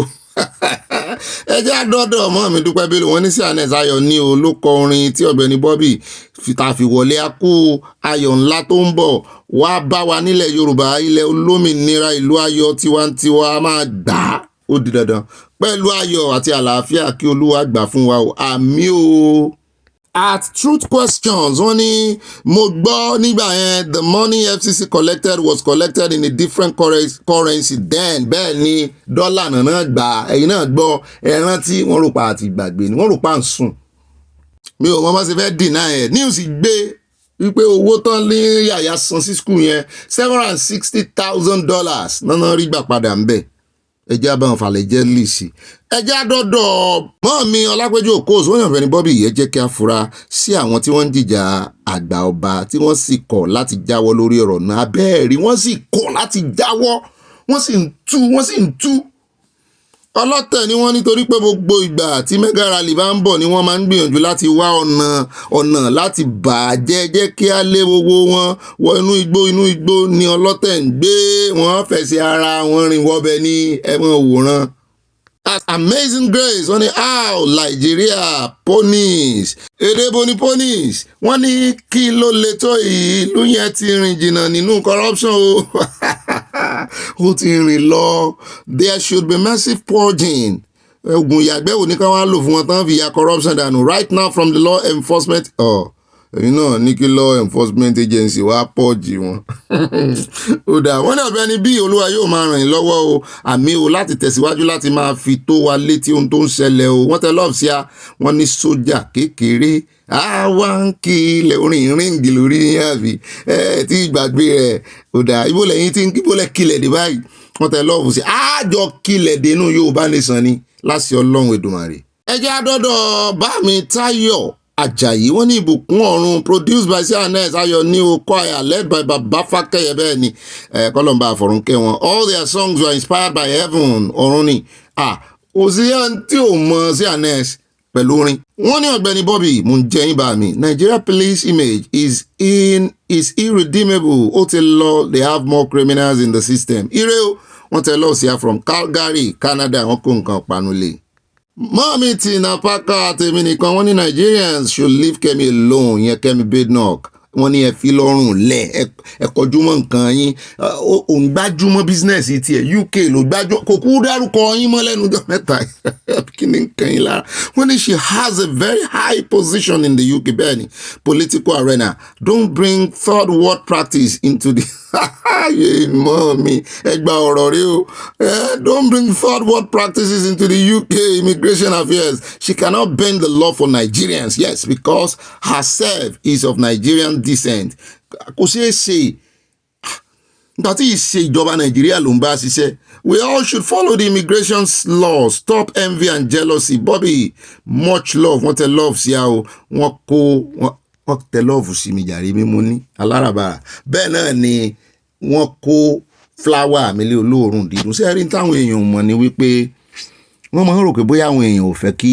wọ́n máa ń rò pé bóyá Kẹ́mi ò fẹ́ kí àwọn èèyàn jèrè àbí kán wọlé sí UK n tó sọ àwọn èèyàn analyse ẹ̀ dáadáa wọ́n kàn mọ̀ wọ́n fẹ́ kórìíra rẹ̀ irọ́ náà sì pa ó láwọn criminals ó fi sínú ọ̀rọ̀ rẹ̀ torí ẹ̀ láti ṣẹ̀dá rẹ̀ ń Yorùbá lánàá ọ̀pọ̀lọpọ̀ mọ̀ wípé criminal offence ni kó o lọ ló ń lù láì níwèé criminal offence ni kì í kàn sí offence lásán ọ̀pọ̀lọpọ̀ gan wà á mọ̀ pé tó o bá ń parọ́ irọ́ òyìnbó èètì ẹ̀ bá wọn èètì mi ò ní wọn parọ́ o ṣùgbọ́n ní immigration wọn èètì ẹ̀ ó wọlé gẹ́gẹ́ bí tourist ó sì ti mọ tó ń gbé lọ pé ó fẹ́ rè é sí asylum ó wá dán ó wá fẹ́ yí status yẹ wọ́n á rí ẹ bí onírọ́ ni wọ́n mọ̀ pé tí àwọn yẹn èètì nìyẹn síbẹ̀ náà ẹ̀ ń gbérọ́ lẹ́yìn ẹ̀ ń pariwo ẹ̀ ń. kàkà tí àwọn tó wà ní tó ti wà ní system náà dẹ́ máa dá àwọn tó wà nílé lẹ́kọ̀ọ́ àwọn náà fi gbé bọnu ni. ẹ jẹ́ àdọ́dọ̀ mọ́ mi Ọlápẹ́jú Àsáyè Ọlápẹ́jú di méjì lọ́wọ́ mi Ọlápẹ́jú Òkòs Ọlápẹ́jú Àsáyè abẹ́yìn náà lẹ́ ń jẹ́ méjèèjì wọ́n ní Ọ̀gbẹ́ni Bobby ẹ̀kú iṣẹ́ ìròyìn tó mọ́gbọ́n wa Ọlọ́run á túbọ̀ máa ràn yín lọ́wọ́ o àmì o nípa ti àwọn ọmọ tí wọ́n mu oògùn olóró amúkùn ẹrù rẹ̀ wọ́ láti orí ni o wọ́n lókèlè ń wò wò sàlẹ̀ àwọn ni wọ́n ń fi oògùn olóró ṣe iṣẹ́ ṣe àfi kí Ọlọ́run ṣọ́ àwọn ọmọ náà kí wọ́n tó báyé wọn jẹ́ tán Yorùbá nation of going back from Chicago ẹ̀bẹ̀ táwọn ọmọ yẹn ń sọ pé láti school primary secondary school náà ti mú wọ́n tẹ lọ́ọ̀bù sí wọn kó nǹkan pànulẹ̀ ṣe rí àwọn ọmọ yìí ní secondary school ní ìsìn nǹkan ṣe ọmọ kéékèèké a ní mo wà lọ́dọ̀ bàbá kan mọ́tò mi bàjẹ́ síbẹ̀ nígbà yẹn láyé ìgbà yẹn Nàìjíríà bàbá yẹn ṣe kí ló ń ṣe náà mechanic bẹ̀tẹ̀ wẹ́dà wà ń bẹ̀ ẹ̀ mọ àwọn mechanic shop yẹn bàbá yẹn ó dẹ̀ ń sọ bó ṣe máa ń bá àwọn ọmọ primary school sùn ó dẹ̀ ń sọ fáwọn ọ̀rẹ́ báyìí mo dẹ̀ ń wò báyìí ó dẹ̀ níyàwó ní àgbàlagbà ní alájí o ó dẹ̀ ń sọ bó ṣe ń bá wọn ó ní òun máa ń ṣe tírísọ̀n pẹ̀lú wọn báwọn ọmọ yẹn wọ́n ṣe yéye bá sì hòtẹ́ẹ̀lì kan sì wà lẹ́gbẹ̀ẹ́ ẹbẹ̀ náà ń ní dárúkọ bẹ̀ ń Kòròdú wọ́n máa ń wọṣọ skul lọ bára wọn sùn bẹ́ẹ̀ ni aṣọ skul. ẹja dọ́dọ̀ bá mi Adélékè Kẹ́hìndé wọ́n ní oúnjẹ ni kí wọ́n kọ́kọ́ kó wọlé ráìsì tọ́kì adìyẹ plus òróró àbí oúnjẹ bá ti tán nù ṣe ìṣẹ́bùṣe wọ́n ti ṣí bọ́dà àṣẹmẹ́. mọ́ọ̀mí Fáṣà Garba àwọn ní ìbàlẹ̀ jẹ́lì kí ni wọ́n ń dín oyè wọn kù sí ó yẹ kí wọ́n gba iṣẹ́ lọ́wọ́ wọn tí wọ́n bá jẹ̀bi kí wọ́n sì tún fi ẹ̀wọ̀n jura ìyẹn gan lèmi fẹ́ kán fẹ̀wọ̀n jura onísọkúsọ ni ọkùnrin yẹn ó kàn ń gbìjà ara rẹ̀ ní kì í ṣe ọ̀rọ̀ àwọn ọmọ nàìjíríà ni ó ń gbè rádaràda. inshallah wọ́n tẹ lọ́ọ̀fù sí a o àpò iṣẹ́ o yorùbá nation inshallah. ẹ jẹ́ àtẹ̀síwájú ọ̀dọ̀ bá mi Adélékè Kẹ́hìndé la tún lọ. wọ́n ní police wants to flog a lawyer Nigeria abracadabra. bẹ́ẹ̀ ni ibi tó ti lè ṣẹlẹ̀ náà nù. àwọn tíṣà gan òun náà mọ́ school àwọn police ló tún láwọn ó ná yàn mọ́ni ṣe mọ́ ṣe nù. bẹ́ẹ̀ bá rí ọ̀pọ̀lọpọ̀ fídíò wọn á kọ́ nù wọn á fún ọ́n fàṣẹ wọn á fún ọ́n ní sáwọn agbèrò náà sorry. Rasheed Adékọ́lá bá mi ní àìmọye ènìyàn ló ń jẹ ìyà ìṣẹ́ ní Nàìjíríà nítorí wípé àwọn ọlọ́pàá ò ní ẹ̀rí ọkàn wọn ò sì ní ìbẹ̀rù Ọlọ́run lọ́kàn àti dára Nàìjíríà kò pọ́síbù mọ́. Yorùbá nation nìkan ni solution yóò sì dáa fún mi bẹ́ẹ̀ ṣe ń bá mi kọ́ yìí. ẹ Yorùbá láìsí ẹni ẹ kú iṣẹ́ takuntakun ọ̀bẹ ní bọ́bí tí wọ́n tẹ lọ́ọ̀fù sí a o mo mọ rírì bẹ́ẹ̀ ṣe kọ́ yìí o. Ìyáàfin Fáláyé mọ́ mi tó tọ́ wọ́n ní bá òtítọ́ lójú kí Olúwa gba Yorùbá nation fún wa ní ọ̀nà àrà mi ò Nàìjíríà ti wọ one chance multiple chance náà wọ̀ gbogbo àwọn Boko Haram ti ta orí ilé kúrò ní Burkina Faso ti wọ Nàìjíríà bẹ́ẹ̀ náà ni àwọn Chinese wọ̀nyí. ṣé ká mọ̀ pé wọ́n ní Chinese Arab Boko Haram Chinese Haram wọ́n ní Yorùbá nation going back wọ́n tẹ lọ́ọ̀fù wọ́n fi gbé àsíá Yorùbá sókè bẹ́ẹ̀ náà ni wọ́n ní Canada làwọn ti ń fi ohun ránṣẹ́ sí àrọ́wọ́ yín o ara tẹ̀jíṣẹ́ yín. Mọ́mí Adésọlá Ọládèjì wọ́n ní òdodo Ọ̀gbẹ́ni Bobby igbó mímu ní Èkó ní agbára tí ẹ bá dé Marina láàárọ̀ kùtùkùtù láì tí ì jẹun lójú wọn ó yọ sọ̀lọ̀sọ̀lọ̀ ó mọ̀ ga o kọ́ kúkú legalize ẹ̀ nígbà náà àbí ṣe bọ́ ni wọ́n legalize ẹ̀ Nàìjíríà ni kọ́ kúkú legalize ẹ̀ ń tán mú tó fi ń dáràn nìyẹn. àti ìyá mi Stella o wọ́n ní ọ̀rọ̀ Trump àti àwọn ọmọ Amẹ́ríkà dàbí ọ̀rọ̀ àwọn ọmọ Israeli kan tí wọ́n béèrè ni wọ́n rí gbà. wọ́n ní mo ní àwọn ọ̀rẹ́ tí wọ́n kò lè lọ síbi iṣẹ́ mọ́ nítorí pé wọn ò níwèé bẹ́ẹ̀ náà ni oúnjẹ wọn gógó báyìí ní Amẹ́ríkà. ó ga o ẹ mọ̀ manage Trump yín o ọdún mẹ́rin fẹ́ẹ̀ pé. àti àwa Stella Odele wọ́n ní Ọ̀gbẹ́ni Bobby ẹ jẹ́ kí àwa Yorùbá rántí pé Kẹ́mi sọ wípé àmọ́ Yorùbá ó ń bá Boko Haram leader sọ̀rọ̀ ó ń bá wí sọ̀rọ̀ ohun tí Kẹ́mi bá sọ British government ló sọ bí immigration wọn ṣe wà nìyẹn kí Kẹ́mi tó dé ibẹ̀ ẹ jọ̀ọ́ ohun tí ìjọba British bá fẹ́ ni Kẹ́mi máa ṣe ò bẹ́ẹ̀ ni kó máa ṣe ń ṣò ó àwọn ọmọ Nàìjíríà kan ń pariwo dànù ni. at baby k baby z wọ́n ní ibà kùndùsì mò ń jẹyìn ẹja ṣàlàǹpóòrè ní àwọn EFCC lè gbé òkè ẹrántí ọ̀rọ̀ mi àná wọ́n tẹ lọ́ọ̀bù sí àwọn búsẹ́rì wọn kó nǹkan panu sí man salam wọ́n tẹ lọ́ọ̀bù sí ààyè náà ti ń sọ man salam ẹ ti pé méjì bá ń wo ìyá mi Riscott Adigun àwọn sábà sọ man salam àlàáfíà ní jẹ́bẹ̀ gẹ́gẹ́ bọ́n sì sọ fún mi.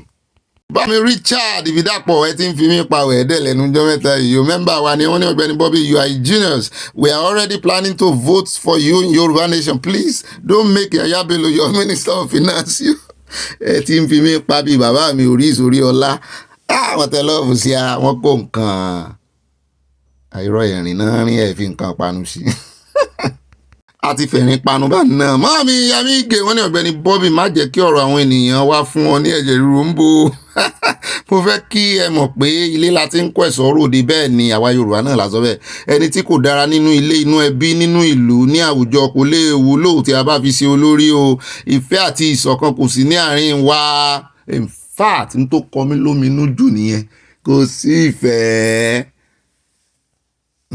Mọ́mí Kòfó Williams wọ́n ní ibà sánáwọlé ibà àlẹ́jẹ́ lè ọ̀dà fún yín.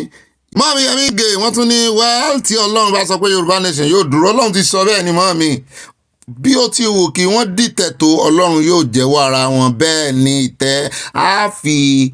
ìdìtẹ̀ wọn á fi tẹ̀ wọ́n lórí mọ́lẹ̀ ní nítorí bí wọ́n ṣe ń paná ìkànnìkan ń rú kò sí ìfẹ́ àti ìṣọ̀kan rárá ó ga.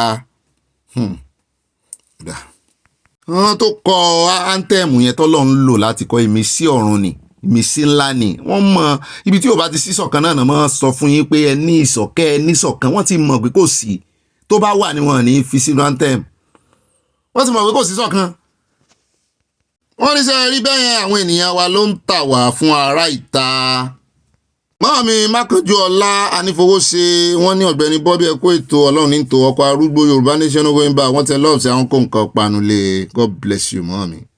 At Captain Mike Adesanya bá mi dáadáa wọ́n ní ó be in action. May I say maybe if we change from Yoruba Nation to Oduduwa Nation, this issue of betraying each other might come to an end and mutual understanding might come to stay. Wọ́n tẹ lọ́ọ̀sì àṣẹ pé orúkọ yẹn lè gbà wá ṣé pé kó má jẹ́ pé orúkọ ló ń torí oh my God. May Oduduwa Nation come quickly. Wọ́n tẹ lọ́ọ̀sì Akemi is our own. We must support her in all ways. N tó mú Haúsá lè sọ pé Yẹ́ríbá tó fẹ́ mọ̀ sọ orúkọ wa di wọ́n ní kì í sàn náà fún alókọ o ṣùgbọ́n wọn mọ̀ pé dáadáa àti pé tán bá ti wá fẹ́ pè wọ́n wá pè ní èdè burúkú nítorí wọ́n ní bá àmọ́ dọ́gbọ́n wọ́n sì ń pè Yẹ́ríbá tá a bá tiẹ̀ wà ń dọ́gbọ́n fáwọn ẹ̀yà mi sóyẹ ká tún mọ̀ jẹra wa lẹ́sẹ̀ ká mọ̀ dọ́gbọ́n fúnra wa náà a lè nà tán fúnra wa wọ́n fi ṣe Yorùbá ni. Mọ́mí Moron Adébọ̀ ẹ̀ka àbọ̀jàre wọ́n ní Ọ̀gbẹ́ni Bobby mi tó tọ́ my darling thing yóò yẹ ń kò ní yẹ ẹlẹ̀. Wọ́n ní ọlọ́gbẹ́ni mọ́sínárì yìí ti gbàgbé wípé mọ́sínárì tí wọ́n kó wọlé níjọ́sí náà ni wọ́n di agbésùmọ̀mí sí Nàìjíríà lọ́rùn báyìí òkè o kí wọ́n kọ́ntínú mọ́ọ̀mí ẹ jẹ́ kán kó wọn kojú ara wọn. Ṣé ẹ rí àwọn tán kó wọlé kì í ṣe mọ́sínárì o àwọn tí Buhari gbogbo wọn kó wọlé ẹbẹ gbọ́ lẹ́nu ọ̀gá DSS tó ti fẹ̀yìntì tó sọ gbogbo ẹ̀ jáde ọ̀gá ológun ni yìí sọ̀gá DSS mo kó jẹ tó fẹ̀yìntì tó sọ wípé sí àgbàtẹrù bọ́n ṣe kó àwọn èèyàn wọlé àwọn ìkànnà àwọn gómìnà náà sì tún sọ pé kán sílẹ̀kùnlẹ̀ fún wọn kán máa kó wọn wọlé nígbà tá a wá fi lé àwọn ọmọ iléeṣẹ́ ológun Nàìjíríà lọ́wọ́ nísìn kí ni wọ́n dá lára kí mọ́sínárì kúkú wọlé kó mọ́ mẹ́sínárì lọ odidi Russia gan lo mẹ́sínárì. ẹjẹ́ àdọ́dọ̀ mọ́ mi ọmọlẹ́wà Adésọlá wọn ní ibà ganusi ibà pọ́ọ̀rì ibà kùndùsì ibà olóyè púpọ̀ ìjọ̀wọ́ ẹ máa kọ orin ilẹ̀ wa yìí lójoojúmọ́ ẹ̀yẹn orin anthem àbí I sing it together with you Yorùbá Nation no going back àwọn tẹ love sí àtórí tiyín ni mo fi bẹ̀rẹ̀ tó lónìí orin mi mo fẹ́ kọ torí àtẹ̀jíṣẹ́ yín ni mo ṣe kọ. Wọ́n mi fún mi lọ́lá ọlá yín ò mọ̀ pọ̀ sí ni wọ́n ní Ọ̀gbẹ́ni Bobby ẹ kò ní sọ̀rọ̀ sọ pẹ̀lú àṣẹ Èdùmàrè àṣẹ́gun kò yí padà ibà ìròyìn olóyin mọ́mọ́ yọ̀ọ̀dà fún yín wọ́n tẹ lọ́ọ̀fù sí àwọn búsẹ̀rìn ayọ̀. At Ọlámídé Túbì wọ́n ní ìbùkún ọ̀run oore ọ̀fẹ́ tó ga jù ayọ̀ tí kò lópin orin tá a kọ lánàá nù Jésù yóò fi fún wa by Sianes Movement Church ayọ̀ ní Sùúrùlérè Lagos State ẹgbàá. Mọ́mí Rizkat Àdìgún wọn ní ibà pọ́ọ̀rọ̀ wọ́n bú sẹ́rin ayọ̀ wọ́n ní ẹ ti gbé wa débẹ̀ ẹ ṣeun Ọlọ́run á ṣe àlékún ọgbọ́n àti òye àmín. Kẹ́mi ní ìyá wọn nínú líì àdúrà bí amọ yóò sì mọ lára pẹ́kípẹ́kí kò sì ní ṣubú láéláé àmín ò kásùnrè o love you plenty wọ́n tẹ lọ́ọ̀bù sí a wọ́n bú ọ̀gẹ̀dẹ̀ lé a lọ́wọ́ fragula náà ni mò ń wò ìlànà pè ń bí mo ti èdè yìí ti gba English lẹ́nu mi. Salam àti ìyá mi Esther Adégbèrún wọ́n ní Ọ̀gbẹ́ni Bobby ẹ̀kú iṣẹ́ takuntakun Ọlọ́run á máa fún yín ní okun àmì o àwọn Ìgbò kì í ta ilẹ̀ wọn fún àjòjì rárá ṣùgbọ́n àwa Yorùbá ọ̀rọ̀ owó ni from USA wọ́n tẹ lọ́ọ̀bù sí àwọn kò nǹkan panu sí àníkan tiẹ̀ ṣe right up kan tán pín kiri lẹ́nu ọjọ́ mẹ́ta ó sọ òkodoro ọ̀rọ̀ wípé àwọn Yorùbá gbá àyàn mọ́ra. Mọ́mí Dorcas Jalo wọ́n ní ẹ̀ka alẹ́ brọ́dà mi Ọ̀gbẹ́ni Bobby àyà àti gbogbo ilé akó wíkẹ́ndì òmùnkín láti ìlú ọba UK ẹ̀ka tabọ́ọ̀tì ẹ̀kan ń jayé ọba kiri láti Netherlands ẹ̀sìn lọ UK ó dá ẹ bá ń kí bàbá Ṣàlíù. At Lágbálù Rasheed bá mi ní Ọ̀gbẹ́ni Bobby àti àyà Yorùbá Nation no going back cheese ẹ̀yin náà ṣe cheese ó dáa ó dùn mọ́ yín lẹ́nu wọ́n tẹ lọ́ọ̀ sí àwọn kó nǹkan panu lé.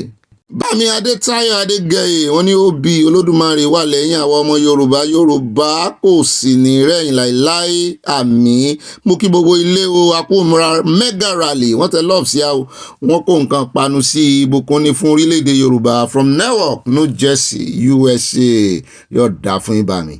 Bámi Dẹ́rìn Olúsùnmádé wọ́n ní ẹ̀ka alẹ́ Ọ̀gbẹ́ni Bobby àwọn ọmọbìnrin tí wọ́n ní kí àwọn ènìyàn máa mu igbó yìí ṣé wọ́n dẹ̀ ṣe àdúrà fún wọn ní ìjọ ìkómọ wọn báyìí àyà ń kọ́ ń bẹ́ o wọ́n tẹ lọ́ọ̀bù sí àyà wà o ẹ ti ẹ̀ rí àwọn èèyàn kan tó ń sọ pé igbó mímu dáa mo máa ń wò wọ́n ni wípé bí wọ́n bá kó gbogbo èèyàn tí ń mu gbó lẹ̀ èyí tí wọ́n fi ń ṣe ìpáǹlé ló pọ̀ jù lóòótọ́ wọn ní igbó mímu dáa o ẹni tí mo ti tẹ̀sí o Ẹ̀dẹ̀ jẹ́ àkó lórí ọ̀rọ̀ gbó. Ìyá mi hánà ń sùn wọ́n ní pọ̀ yín ló gùn jù. Wọ́n tẹ́ lọ́ọ̀fù sí à. Wọ́n kó nǹkan panu lé ọ̀dà fún yín.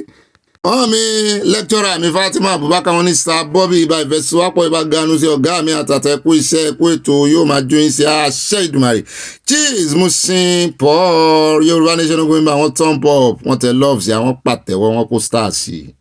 At Abraham làwọn àbá mi ní Ọ̀gbẹ́ni Bobby ẹ̀kú iṣẹ́ Ọlọ́run kò ní fi ń sílẹ̀ àmì ò Yorùbá kò fẹ́ràn ara wọn. Ó dáa. Bá mi fọ́lọ́run sọ́ta ní mọ̀lá wọ́n ní Ọ̀gbẹ́ni Bobby ibà current affairs news àwọn olóṣèlú Nàìjíríà Ọlọ́run ló lè gbà lọ́wọ́ wọn ìyà ọdún méjì ìjọba yìí ìyà járàlú wọ́n tún polongo 2027 Olúwa gbà wá wọ́n tẹ lọ́ọ̀fù sí àwọn kó nǹkan panulé aláwọn ọmọ Nàìjíríà gan-an wọ́n ń fara wọn sẹ́yìn. Mọ́mí Motolani Martins yọ̀dà fún yín wọ́n ní God bless you Ọ̀gá Bobby and you too wọ́n tẹ love sí mi o wọ́n ní I'm starting to see the supremacy fight as a distraction and a game plan to derail the Yoruba nation movement Ọlọ́run máa da gbogbo ìmọ̀ wọn rú àmín lórúkọ Jésù. At Abayomi Orúfà ìbá mi ní Ọ̀gbẹ́ni Bobby àti àyà ìbá ganu sí síbẹ̀ special. Problem tí àwọn ọlọ́pàá Nàìjíríà wọn yẹn ní greed. Wọ́n wà greedy to the extent that greediness over always take their sense of reasoning. They always fail to know who is who before acting. Abẹ́ẹ̀rí ẹrú tí ẹ̀ kì í bá wọn wípé ta ẹni ilé tó bá jẹ́ ẹni tó lè ká wọn sí yọyọ ńkọ́. Gbà yẹn lágbára mọ́ gùn. Wọ́n tẹ lọ́ọ̀fù sí àwọn kó nǹkan panulé. At Josephine Aláwìyé wọ́n ní Ọ̀gbẹ́ni Bobby àti àyà mò ń gbádùn ìròyìn yín òtítọ́ o gbé wa débẹ̀ ẹnu yín kò ní kan lágbára ẹlẹ́dàá yín àmì o lórí àwọn asòfin Nàìjíríà ó dájú ọ̀dájú ní gbogbo wọn. Omi akérèsè àbí akẹrẹsẹ̀ ẹja òbu Yorùbá Nation Ogo Impact ní àdúrà ọkàn mi wọ́n tẹ love sí àwọn kó nǹkan panu sí wọ́n fi ránṣẹ́ láti London. Mọ́mí Motolani Martins wọ́n ní Yàyà Bello kò fi orúkọ ara rẹ̀ san àwọn owó yẹn fún ilé ìwé àwọn ọmọ rẹ̀ orúkọ mọ̀lẹ́bí rẹ̀ ló wà lórí rìsíìtì náà ṣùgbọ́n EFCC rí díẹ̀ gbà lọ́wọ́ ilé ìwé náà. Orúkọ mọ̀lẹ́bí rẹ̀ bá wà ńbẹ̀ kan mú mọ̀lẹ́bí rẹ̀ náà wà pé ta ló ránṣẹ́ tó fi wá ń san owó gómìnà ṣé gómìnà sọ fún ọ pé òun ò lò lọ. Àbẹ́ẹ̀rí àbí kán sì yẹbi tó náà ti rówó wò it's as simple as ABC. Mọ́mí Àtinúkẹ́ Odùkọ̀yà wọ́n ní Mushin Paul àwa ní ìyá Pope ní Chicago ẹ̀yin ní bàbá Pope ní Ìtàló. Bá ìbánijẹ́bẹ̀ bá ọ̀nà ọpẹ́ mi pọ̀ wọ́n tẹ lọ́ọ̀fù sí Àtinúkẹ́ from Chicago yọ̀ọ̀dà fún mọ́ mi o wọn ò ní wáyé tì ààrùn fáyọ̀ bí òṣọ̀pẹ́. Bá mi Akínyẹmí ò ní yọ̀ọ̀dà fún yín mo rí mẹ́sẹ̀jì yín lórí WhatsApp lánàá wọ́n ní ẹ̀lú Ọ̀gbẹ́ni Bobby àti gbogbo ilé sí ọ̀rọ̀ àwọn ọba wa wọ̀nyí kò ní kó bá Yorùbá Nation báyìí rà ní gbà pẹ̀lú ọ̀rọ̀ ìjà àgbà tí wọ́n ń jà wọ̀nyí ẹ má jẹ́ kí wọ́n kó bá wa o àwọn ló yẹ kó wà níwájú ṣùgbọ́n ẹ̀yìn ni wọ́n wà o àti ẹ̀rí wọn lẹ́yìn gan àrí wọn wájú àrí wọn lẹ́yìn àwọ̀tún àwòsì kò sí ẹ̀ ń bẹ̀ o wọ́n ní ọba tó bá ṣiṣẹ́ fún Yorùbá Nation làwa mọ̀ lọ́ba gbogbo ọba ilẹ̀ Yorùbá lọ́ba mo gbé kùndùsì gbogbo ilé ìpàdé wa bí oyin from USA ire o yọ̀ọ̀dà fún yín bàbá mi o yọ̀ọ̀yẹ̀ yín kò ní yẹ̀ ẹ̀ lẹ̀ o. Ó dá ọmọ ẹ káàbọ̀ padà o akúsí mi ò ní o ṣé dáadáa láwọn akó múra rally ẹ mọ̀ jẹ́ kéèyàn kankan distract yín o ẹ̀yin náà ẹ mọ̀ distract ara yín o. Yọ̀ọ̀dà fún àwọn yọ̀ọ̀yẹ̀ kò ní yẹ̀ ẹ̀ lẹ̀ o sáà yàgbé adébẹ̀ kó dẹ̀ wá nǹkan jókòó lẹ̀ wá nǹkan lómi tútù tẹ́ mọ̀ fi sọ̀rọ̀ àjìjà gbogbo ẹ̀yin tó jò bá ń rọ̀ lọ́dọ̀ yín ẹ mọ̀ mú nǹkan tútù jù according to your weather ni o bó ti yẹ pé òtútù ò fi gbogbo ara fẹ́ mọ́ sùnmọ́ lẹ́nujọ́ mẹ́ta òtútù kan tún ya lu àwọn àǹbì gbogbo ẹnu ló tún ń yooru mu ní tí spring gan ti ń kásẹ̀ ńlẹ̀ bó lẹ́nu ó tún ti wá mọ́ yooru báyìí. Kódà aṣáàdùpẹ́ wẹ́dà sí ẹ wò global warming yín wọ́ọ̀mù kiri ni ibà global warming yín náà rèé o ó dáa báyẹ̀ bá pín kókálé kókákó bẹ́ẹ̀ ṣe ń wá nǹkan tẹ́ẹ̀mọ̀ fi sọ̀rọ̀ àjìjà tẹ́ẹ̀mọ̀ fi panu bẹ́ẹ̀ mi bá ń gbé yín débẹ̀ nínú àkójọpọ̀ ròyìn lónìí gbogbo bí tá a ti mẹ́nuba ẹjọ́ ìmọ̀ràn yín náà sí kókó ẹ mọ́ bá kọ́ sínú comment section ẹ mọ́ bá wa tẹ̀ like ẹ mọ́ sì gbàgbé wo comment tẹ́ bá ń kọ kò gbọ́dọ̀ ju 5 lines lọ́lẹ́nu ọjọ́ mẹ́ta ẹ̀ àti fi òfin wa tàfàlà ọ̀ ṣé bá sì mọ̀ sí rí bá a bá gba orílẹ̀-èdè owó alájọ fọwọ́ sófin ní ìsìnbẹ́yìn náà bá wa kọ comment ẹ wà á kọ bí 7 8 ẹlòmíì nǹkan 12 ẹjọ́ a fi ń ṣe test running testing microphone bá sì máa gbọ́ràn mọ́ wò pé ọmọ kékeré ní sọ pé ẹ bá jọ fẹnu kò sófin ni bá sì máa gbọ́ràn ní ẹni tí kọ́mẹ̀ntì ẹ̀ bá sì ju 5 lines lọ ẹ kọ́ lẹ́ẹ̀mejì ẹ kọ́kọ́ kọ̀ọ̀kan kẹ́ sẹ́ndì ẹ̀ kẹ́ tún kọ̀ mí bí àwọn mọ̀mọ́ mi kan ti ẹ̀ wà wọ́n lè kọ́ kọ́mẹ̀ntì 6 lines àbí 7 lines báyìí wọ́n fi 4 lines kọ́kọ́ kí mi náà yóò dáa fún owó wa ṣùgbọ́n ẹjọ́ ẹjẹ́ á máa fọkàn sí òfin bá a ṣe wà ń lo èbò tí ó jẹ́ wípé àìdáná a máa fọkàn sófin ẹ jẹ́ ká rí ìpàdé ọlọ́mọ lẹ́yìn náà gẹ́gẹ́ bí ìgbà tá a ti ń practice ní tá a máa di tá a ti ń practice ẹ̀lẹ́ yóò dáa fún ayọ́ya kò ní yẹ ẹ̀lẹ́ o ó sì dáa kì í ṣe àyá kì í sì ṣe ọ̀gbẹ́ni bọ́bí ọ̀gá rẹ̀ ló sófin gbogbo wa lájọ fẹnu kò sí 5 lines ó kéré jù bó bá ti jù bẹ́ẹ̀ lọ ẹ lè kọ́kọ́ kí mi sínú nǹkan ìbá àgbà 5 lines náà lẹ́fẹ́ fi kí mi ẹ kí mi sínú nǹkan gbogbo kíkí yẹn àti ní wọ́n mọ̀ dá yín lóhùn a lè mọ̀ lo kíkí mọ́ ṣùgbọ́n mo fẹ́ kẹ́yìn náà mọ́ bá mi kọ àwọn point ń tàwa ò rí abala tẹ́yìn tí mo gànú sí máìkì nù ó dá alákọ̀ọ́kọ́ ń bẹ̀ lórí ọ̀rọ̀ defection wẹ níbo ló ṣe kàn wá fọ́nrán kan náà ń pín kiri o ti Natasha tó máa rẹ̀ wá kan ọmọ Haúsá tó kọ orin mi ló kàn pé Tinubu ó ṣàkọ́bá kan n ò fẹ́ lórin yẹn orí kò sí tó kàn wá pẹ̀lú gbogbo yẹn làwọn èèyàn wá ń gbé káàkiri pé àbí Natasha náà ti fẹ́ defect ni mo ní tó bá defect o defect náà ni olóṣèlú ni wọ́n play game fóònù náà ni kó náà play wọn èmi gan fọwọ́ sí ti fùbárà bó náà bá máa defect kò defect sánà ya wèrè ni gbọ́n ọlọ́gbọ́n ẹ̀wẹ̀ kó náà bá play game ṣẹ́rí game politics game ni o bí àtẹ̀yìn bá ń ta draft bàbá ńlá game ni o gbọ́dọ̀ wá ṣagídí díẹ̀ ṣùgbọ́n wá play game pẹ̀lú wọn so bó bá defect àmọ́ wò kò sọ pé kinní kan kò sí àbí ní ìsìn ẹni tí ó ń bá fa wàhálà ọmọ ẹgbẹ́ APC ni ṣùgbọ́n ó ń jọlá nínú pé òun jọmọ ẹgbẹ́ APC bó náà bá defect sí APC ṣé wọ́n wà ní kórè ìgbẹ́ àpabì ńgbà náà ni ẹ̀ ń wò pé wọ́n lè ní kórè ìgbẹ́ àpabì pé òun náà ti dọmọ ẹgbẹ́ ẹ mọ̀ òwòrán òun náà tàn ó ń ti ààrẹ Tinubu wájú ni ó ní ó mú wa sọ̀rọ̀ defection wọ́n ní defection yìí má ti wá di nǹkan o à ń pè lówó ńlá rónú o wọ́n ní kò sígbà tí Nàìjíríà ò ní the one party system nítorí bí a ṣe ń sọ̀rọ̀ yìí ọ̀pọ̀lọpọ̀ àwọn ọmọ ẹgbẹ́ òṣèlú opposition pàápàá jùlọ àwọn aṣòfin àwọn lawmakers wọ́n ti defect sínú ẹgbẹ́ All Progressive Congress tí gbogbo wọn ń pè ní APC láti inú ẹgbẹ́ alábùradà àti ẹgbẹ́ Labour wọ́n ní àwọn ọmọ ẹgbẹ́ assembly wọn pátápátá báyìí àti ti Green Chamber àti ti Red Chamber ìyẹn Senate àti House of Rep wọ́n ní gbogbo wọn tó jẹ́ ọmọ ẹgbẹ́ APC iye gbogbo wọn ti wá wọ 265 báyìí mo ní mélòó ni wọ́n tẹ́lẹ̀ mélòó ń gbogbo àwọn ọmọ ilé-ìgbìmọ̀ aṣòfin gan alápapọ̀ àti House of Rep àti Senate wọ́n ní ǹjẹ́ òpin ò ti dé bá ẹgbẹ́ alábùradà àti ẹgbẹ́ Labour báyìí wọ́n ní ta ló ń dárúgúdù sílẹ̀ nínú ẹgbẹ́ wọn gan-an bọ́dé lọ́wọ́ ní gbogbo yín lọ́wọ́ sí kí ló dé tẹ̀ ń fẹ̀sùn kàn rẹ̀ Tinubu àti pé àyè gbọ̀n náà ni bóun náà ṣe ń wo ra wọn ràn tán fi ń dárúgúdù lẹ̀ nínú ẹgbẹ́ wọn wọ́n ní the National Assembly wọ́n ní wọ́n constitute Senate pẹ̀lú ìjókòó tó jẹ́ 1,190 yẹn 109 seat tí House of Rep sì ní 140 ìyẹn 360 seats àyà wọn ti ń kọ Yorùbá dáadáa gbogbo wọn jẹ́ 469 nílé ìgbìmọ̀ asòfin méjèèjì ṣùgbọ́n ọmọ ẹgbẹ́ òṣèlú APC ti wá ju ìdajì lọ báyìí 265 nígbà tí Akpabio di ààrẹ Senate tó jẹ́ 10th Assembly wọ́n ní ọmọ ẹgbẹ́ APC jẹ́ 59 ní Senate ní House of Rep wọ́n ní wọ́n jẹ́ 175 wọ́n ní gbogbo ẹ̀ lápapọ̀ wá jẹ́ 234 wọ́n ní 31 náà fi lé mo ní kí wá ní gbogbo ariwo tán pa kiri pé kìíní sáwọn èèyàn ò fi ẹgbẹ́ APC lẹ̀ náà ni Arẹ́gbẹ́ ti fẹ́gbẹ́ APC lẹ̀ El-Rufai ti fẹ́gbẹ́ APC lẹ̀ àwọn èèyàn jàǹkànjàǹkàn ti fẹ́gbẹ́ APC lẹ̀ gbogbo àwọn tó resign táláwọn ò bá ààrẹ Tinubu ṣiṣẹ́ mọ́ gbogbo wọn ti fẹ́gbẹ́ APC lẹ̀ Professor Yusuf ti fẹ́gbẹ́ APC lẹ̀ gbogbo àwọn tó sì ń wọlé sẹ́gbẹ́ APC àti ẹ̀gbọ́ pé gómìnà Delta òun náà darapọ̀ mọ́ ní jáwé jura gbogbo wọn báyìí á ṣe pé wọn àwọn ògidì ẹgbẹ́ àwọn root gangan àwọn tí o bá máa ń kà sí gbòǹgbò ẹgbẹ́ mo ní ọ̀pọ̀lọpọ̀ wọn ló ń fi APC lẹ̀ àwọn ewé lásán ìràwé àwọn náà wọnú APC láti inú ẹgbẹ́ kínní ìhàlẹ̀ mélòó làwọn yẹn ha nínú ẹgbẹ́ PDP tán ti ń bọ̀ tá a mú òkòlò wọn lọ́yọ̀ọ́ òun yẹn wá ní àwòtọ́ mọ̀ ni mo ní bẹ́ẹ̀ ni ẹ wá wo gbogbo bá ṣe ń dìfẹ́ẹ̀tì tó tán ń pariwo Ganduje ń pariwo wọ́n ń pariwo one party system 31. ó ti ẹ̀ sọ wọ́n láwọn tó ń dìfẹ́ẹ̀tì ẹ̀ wọ́n ní wọ́n ní loyalty tẹ́lẹ̀ wọ́n ní wọ́n sì lẹ́bọ lẹ́rù wọ́n nítorí ẹ̀rù tó ń bá wọn kí EFCC mọ́ máa mú wọn. mo ló da oúnjẹ bẹ́ẹ̀ náà wọ́n já kó bẹ́ẹ̀ já dé ẹjẹ́ àdọ́dọ̀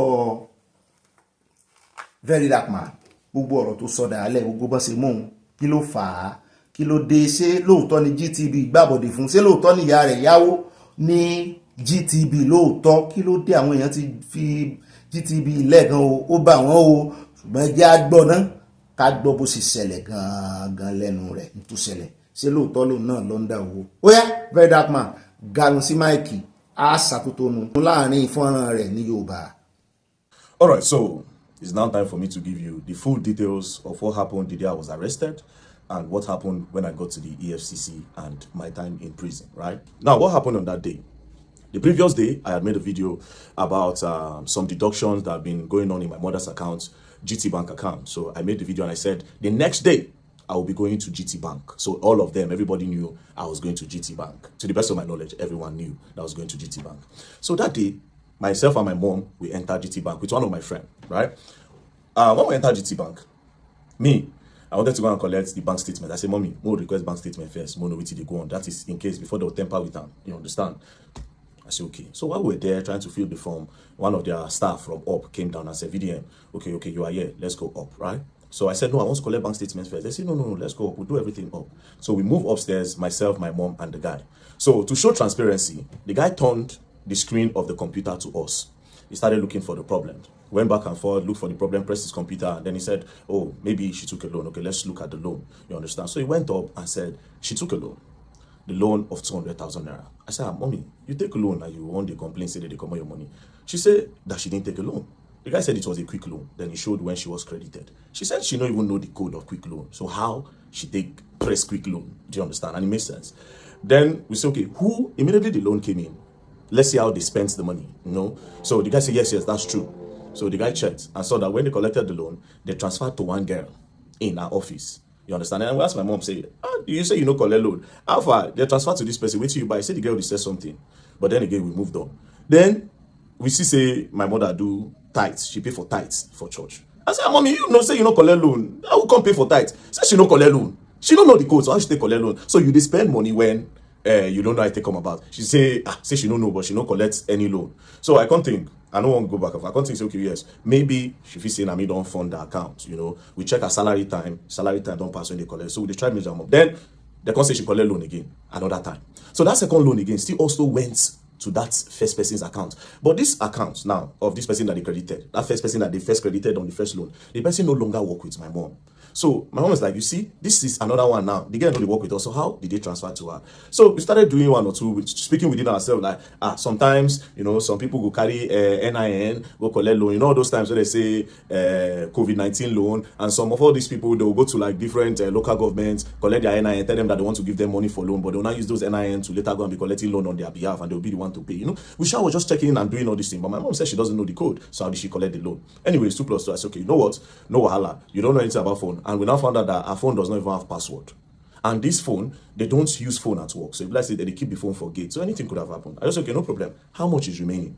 Right? How much is remaining? They say 67,000. I said, okay, I funded 400K to the account, because that account now, I don't put money there for my mom again. I say, get Access Bank. You understand? When I take wire steady money, she get Access Bank. That GT Bank was just there because she has been complaining about this thing for the longest. So after that, they now called me from head office from GT Bank. And they called me. We're now talking. And I said, see, there's a need for you people to, even if at all, you understand, maybe they get some kind of authentication. So I was saying that to the staff that was there, the one that was doing the investigations. I said, there's a need to do a 2-factor authentication. Where nobody, no, it's not everybody that can just access your phone. If they know the code, they'll just quickly request it, you know, and then they can just do transfer without you knowing. And they'll just delete the alert. So you will not even know. They'll leave it at your last alert. You know, we're just talking. I said, at least put an authentication that when they press the quick loan, you know, they'll snap. And I say, okay, when I come out, I'll explain everything that happened and raise an awareness on this loan and how people should not give people their NIN because of all these local government empowerment like loan, like they do all this COVID-19, all this relief fund. I say protect your NIN. I was coming to explain what had happened in the bank and also create an awareness. So they thanked me. We came to the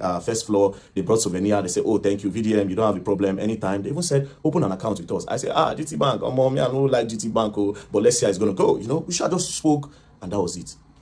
Next thing, we're about to exit the staircase to go down, then go outside. Police just came. When police came, I said, what did happen? The policeman stood. I said, police, what's happening? He blocked us from going down. I'm like, excuse you, why are you stopping us? The police that he brought did not even know why he's stopping us. Do you understand? Why are you stopping us? The police no fit talk. Then one other guy on whites now went to go and tell the guy something, right? He told the guy something. The guy now said, no, why are you stopping them? Leave them alone. Do you understand? Apparently the guy did not hear what the guy was saying. Even after the guy was telling him that leave them alone, right? The guy refused. This particular guy refused with the police. Do you understand? They refused with the police. We now went, he now said, please, very dark man, because it was now embarrassing. Let's go to my office. We went to his office. I said, wait, are you not an Oga? If you are telling your junior colleague that he should let us go, why is he not holding us? Do you understand? Plus, see where the problem is. Me, I don't operate GT Bank. The person that went with me does not operate GT Bank. Now, my mama, they operate GT Bank. Then I said, okay, maybe that guy that went with me, maybe he has done something, maybe he recorded. He now said, do I know that before this police came, that particular guy had come to him, the CSO, he had come to him to search his phone if he recorded, and he saw that nothing. So, and now came out again and said, okay, come and search his phone. Is there a problem? The guy was just very rude. Do you understand? Now, I know you operate GT Bank. If I thought you want to hold anybody, if there's a problem, and if my mama do something, you for handcuff her. I don't know if you understand. But me that does not operate a GT Bank, why are you holding me? Now, when I brought out my camera, I was angry and I said, tell me why you are holding me. This took for like 5 minutes. Tell me why you are holding me in the bank. I don't operate the bank. What is the problem? The policeman could not answer. Do you understand? The policeman, we drag. The guy no agree. I don't diverse. Now, me, I won't push the police guy, but you get uniform. And you have to respect the uniform. If not, I be one push him, I no go lie. Because he don't pay me. Do you understand? Okay? No wala. Drag. Finally, signal come. The guy just do as if, same way they go. I didn't know that there was a plan. Do you understand? I didn't know that there was a plan. Now, before I continue the story, GT Bank, you will explain why you held me hostage in your bank. You will explain why you kidnapped me in your bank, because I don't operate your bank. I don't use your bank. That's number one. Number two of this whole thing, I am not wanted in Nigeria. Where you say a wanted man came into your bank. As a wanted man, wanted man don't enter your bank. So you go hold on till security operative come. Number three, you are not an executive arm in the government. Do you understand? You are not even an executive arm. So I want to know why you held me in your bank for 5 minutes. Even though I know why. But you don't have that right to hold me. And again, the whole video, this is my phone. Do you understand? But even at that, even if those videos no come out from EFCC hand and my phone, because my phone did here, under the protocol and whatever, I know you have to have CCTV footage all over your bank. So you will provide that CCTV footage of that first floor. I noticed that you people release some CCTV footage that does not align. You understand? You cut and join. Do you understand? You cut and join, you drop them. And you know fully well. See, that is not what happened. You held me in the bank.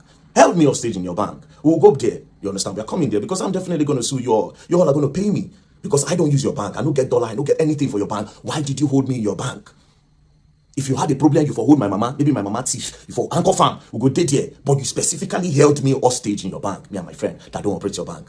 Now let's move on. After that, I don't diverse. I see which kind of thing they happen. But I don't get feeling.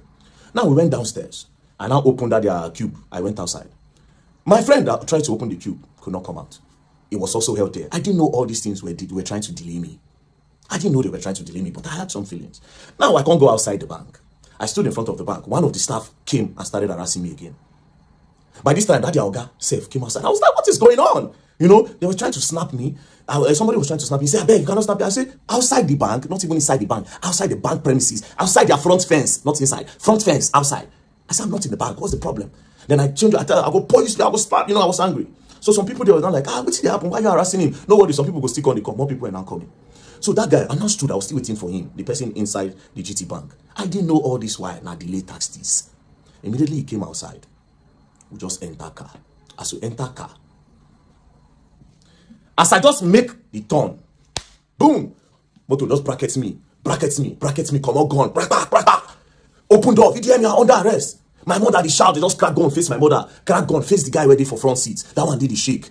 Now, me, being me, I wanted to say, under arrest for what? And maybe sit down on the ground and say, until you tell me why I'm under arrest, I'm not going anywhere. But my mother don't they scream. The guy don't they shake. Do you understand? I see how they were moving. I said, okay, you know what? Let me just obey. What's the worst that can happen? Next thing, the guy just slapped me for head. Come on, just put blindfold for the other guy face. Just try car. Say, man, the enter inside. I said, bro, you don't need to slap me, bro. Talk to me normal. Go enter the car. Not if you're gone, bro. If you talk to me normal, go enter your car. I am a Nigerian, I don't run. I am not a fugitive. Do you understand? I'm not wanted in the country. I don't run, I don't hide. So what's with this treatment? Just push me, enter the car, lock the door. We're not going. We just move forward. They carried my mother at the back of the other car. They drove behind us. We got to the front. The guy just came out, just crack his gun. Just say, open your phone. Open your phone. She said, open your phone. Me, I no answer. Then I looked at the guy. They saw that the guy was shaking. It was not shaking. He now opened the phone and now give them. And I said, if you open your phone, now me, I don't look, say the target is this guy. Like they will always use this guy to get to me. I mean, I don't want anything to happen to him. I shall just carry the phone and I give them. Say, I just want to put the phone off. That's what they said. Shall carry. They blindfolded me, blindfolded us. We're going. Now, me, I know Abuja very well. I knew where they took me from. And because I know Abuja and I know the Mumu, I knew, okay, this road will follow. If not DSS, they'll follow like this, right? We passed. We're going. They went straight. When they turned to use the other bridge before the beggar bridge. Yes, the bridge before the beggar bridge. When we turned, that is Mabuchi bridge. When they turned down, they were still going. My eye, that was the EFCC. I closed my eye, I know they see anything. We're moving. Then we now got to beggar bridge. I know beggar bridge from the sound and the noise. I think that was where they dropped my mother off on the road. We now move. When we're going, I was wondering which place where will they go. They can't be taking me to area 1. No headquarters at area 1. The next thing, we now go to the stadium area. They now turn. When they turned by City Gate, I said, are we going to, in my head, I was like, are we going to the Air Force Base? What do you want to do for Air Force Base? Like, are we going to the prisons? Are we going to Kuje? Are we going to... No, for Kuje, they need to pass a judgment. I need to be convicted. And I was just thinking. Then immediately, they took a turn. When they took a turn, I knew we were going to EFCC. And when we got there, they blindfolded me. And boom, took inside. And we went upstairs straight to the cell. They threw me inside. They removed the blindfold. I just sat down. Then after like 2-3 hours, they came. They got me. Everywhere was dark. Then they brought me outside, sat down, and then I said... VDM, this is the EFCC. They now put on their cameras. When they put on their cameras, then I said, we are going to interview you now and you are going to answer everything we are going to ask you. They said that. I said, I'm not going to answer you anything. First of all, why did you kidnap me? You would have sent me an invitation. I will come. I am not running. I don't fear nobody. Police send me an invitation. I go there because I'm not a thief. Do you understand? I'm not a thief. I'm not a criminal. So why did you kidnap me like that? They said, we sent you an invite. I said, I did not see any invite. If you send me an invite, I will see access to my email now. I still don't see an invite. There's no invite on my email. I don't check. I'm no invite anywhere. Do you understand? I don't see invite. But that's by the way. So they said they sent me an invite, and that they tried to send it on WhatsApp. My WhatsApp is blocked. They tried to do this, they tried to do that. I said, bro, you can show me an invite. I am not going to answer you. They returned me back to the cell. That was on Friday. Saturday, Sunday, nothing happened. On Monday, we came down. Do you understand? Now, let's go back to Friday. While we were with them, they said, and your lawyer is here. Your lawyer just came. I said, my lawyer just came. How? So you know my lawyer. Why didn't you send the invite to my lawyer since you could not reach me? Since you say you have tried every means, you could not reach me. Why didn't you send it to my lawyer? Why you declare me wanted? Do you understand? Why you declare me wanted? Say we don't send an invite, come. Now he's wanted. Do you understand? It would have made sense. So obviously something fishy was going on. Do you understand? But I don't want to draw any conclusion now. But something fishy was going on. At the end of the day, when they came on Monday, now so everything starts. Let's say, very dark man. Now, I was expecting that they will bring a petition to say, this is a petition, this is what you did, XYZ, this is what you did. Let me say a petition. I now noticed that these people did not have a petition. There was nothing, there was no petition against me anywhere. Again, I now noticed from the way they were asking the questions, I now knew that these people don't have anything on me. They are trying to discover now. They are curious. They are trying to discover. And I say, wait, there's no problem. They are not just happy the way I was bashing them online. That was my conclusion. I said, these people are not happy the way I was entering them online. That's their problem. Calling them corrupt and everything, it affects them. That's the problem. But again, the way I was moved, another thing that I believe up to now, it is political. But I'm not going to say, you understand, won't move. I won't say nothing, right?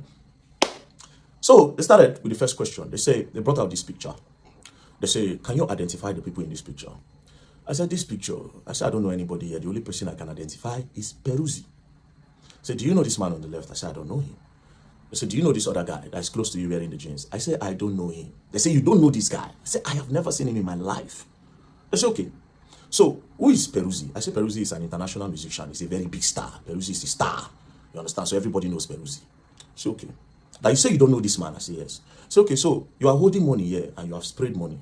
Naira mutilation. I say, well, how would you know I sprayed money? The fact that money, what you call money, is on the air, does that mean I sprayed it? Secondly, how are you sure that I am holding money? He said, so what are you holding? I said, it is prop money. Say prop money. Say prop money is fake money. I say fake money is an intention to have the real thing. Do you understand? The faking it is fraud. So it is not fake money. It looks like money. So I will call it replica. They say, no, it's fake. I say it's replica money. You understand? They say, okay. So prop money. Where did you get the prop money and how much did you buy it? I said, prop money. I said, I didn't buy it. I said, for Lagos, so it's on the traffic.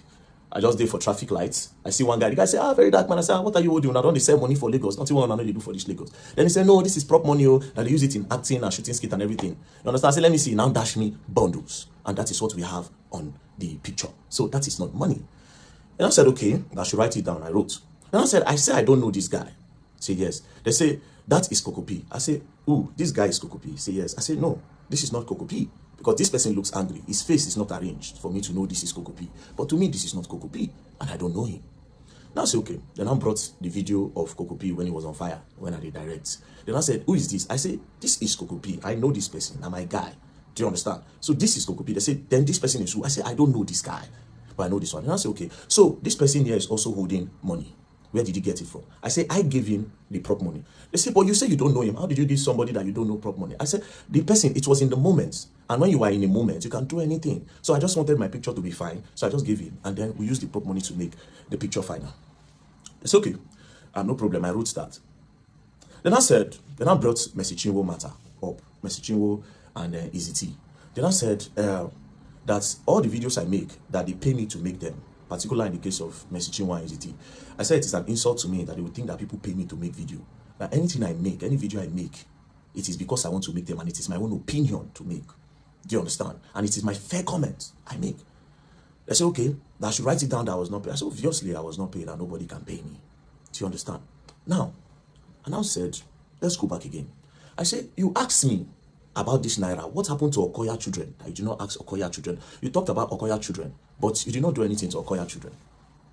Then I said that the Okoya own, that they called their family. That day they were going to their house to make some arrests, that the boys were not home, and they invited the boys, and the boys came. I said, but you people did not report to the public that the boy came. That everything just died down. They said EFCC cannot come out and they're explaining everything. But I said that was a public matter.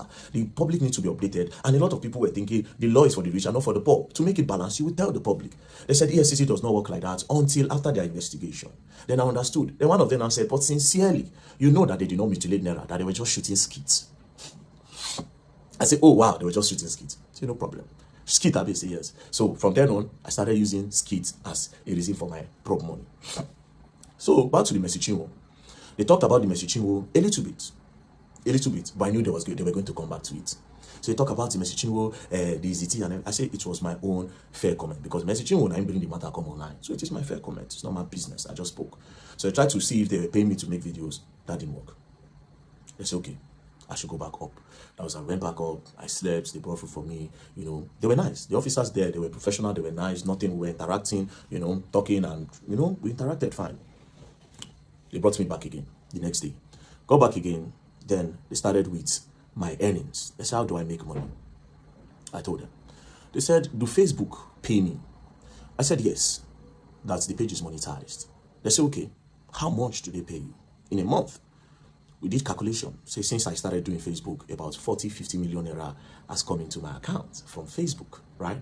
So, explain. I said, oh, 40-50 million don't come. But do you know the irony of it? I said, no, I am in debt. I am owing the person that pays me. Because almost all the money that comes out of that Facebook, I use it to do charity works. I use it to do charity work. And I am owing. And there's proof that I'm owing. Open the phone. The first thing you see when you go to the person that manages my Facebook account, you see that I'm currently owing the person £5,000. That is equivalent to 10-point-something million naira. If pounds is 2,000, that means I'm owing him 10 million naira. And this is the person that funded my account from Facebook earnings. So basically, I use it. If they even charge the person up tomorrow, he will tell you. Do you understand? Now, my other means of getting money, everything, there's proof. Do you understand? And I say some people dash me money randomly. Like if you see me now, just say, VDM, man, just squeeze like $2,000, $3,000, $5,000 sometimes to me. And guess what? Those money goes to charity as well. Surprisingly. But that day now, I know say I'm useless. You see, it was in EFCC, I found out that I was useless. I didn't have anything. Now EFCC, now I make me know say, I have been just living my life for people and not for myself. Anyways, we move. They say the YouTube. I say YouTube, they just activated it when was that, and there have been a lot of bans. So I've not really gotten money from YouTube yet. But to be very honest, I am not a money person. So whatever money that comes out of it, I honestly don't use it for myself. I told them, and I said, there's proof. Go through my accounts, go through everything. You see it. You see how money leaves. And you see, start work, start this. Even without the one I post on media, it is there. It is charity works I use my money to do. Then they say, okay. Then they brought the NGO. They say, how does money come into the NGO? I explained. I said, people that contribute money. Do you understand? Now, see the craziest part. They're not saying, have you ever transferred money from your NGO to this account? And I say, no. If I have, there's proof. You will see it from the bank statement. Nothing I've left. The money that I've moved out of that NGO so far is about 30 million, 20 million to NATIP. And that 10 million is for the borrow we did in Jos. As a matter of fact, it was about 10.6, but I spent over 600K of my money, which I suppose get it from the NGO, but it is my own contribution joined with the NGO to spend. So I say, why did I create the NGO? I told them that the reason for creating the NGO was original. The original plan is that, okay, we'll go start up something inside the public school where children will learn work. A lot of children will start learning how to do handwork so that they can sustain them and take their eyes off fraud, cultism, and the rest so that they can be engaged.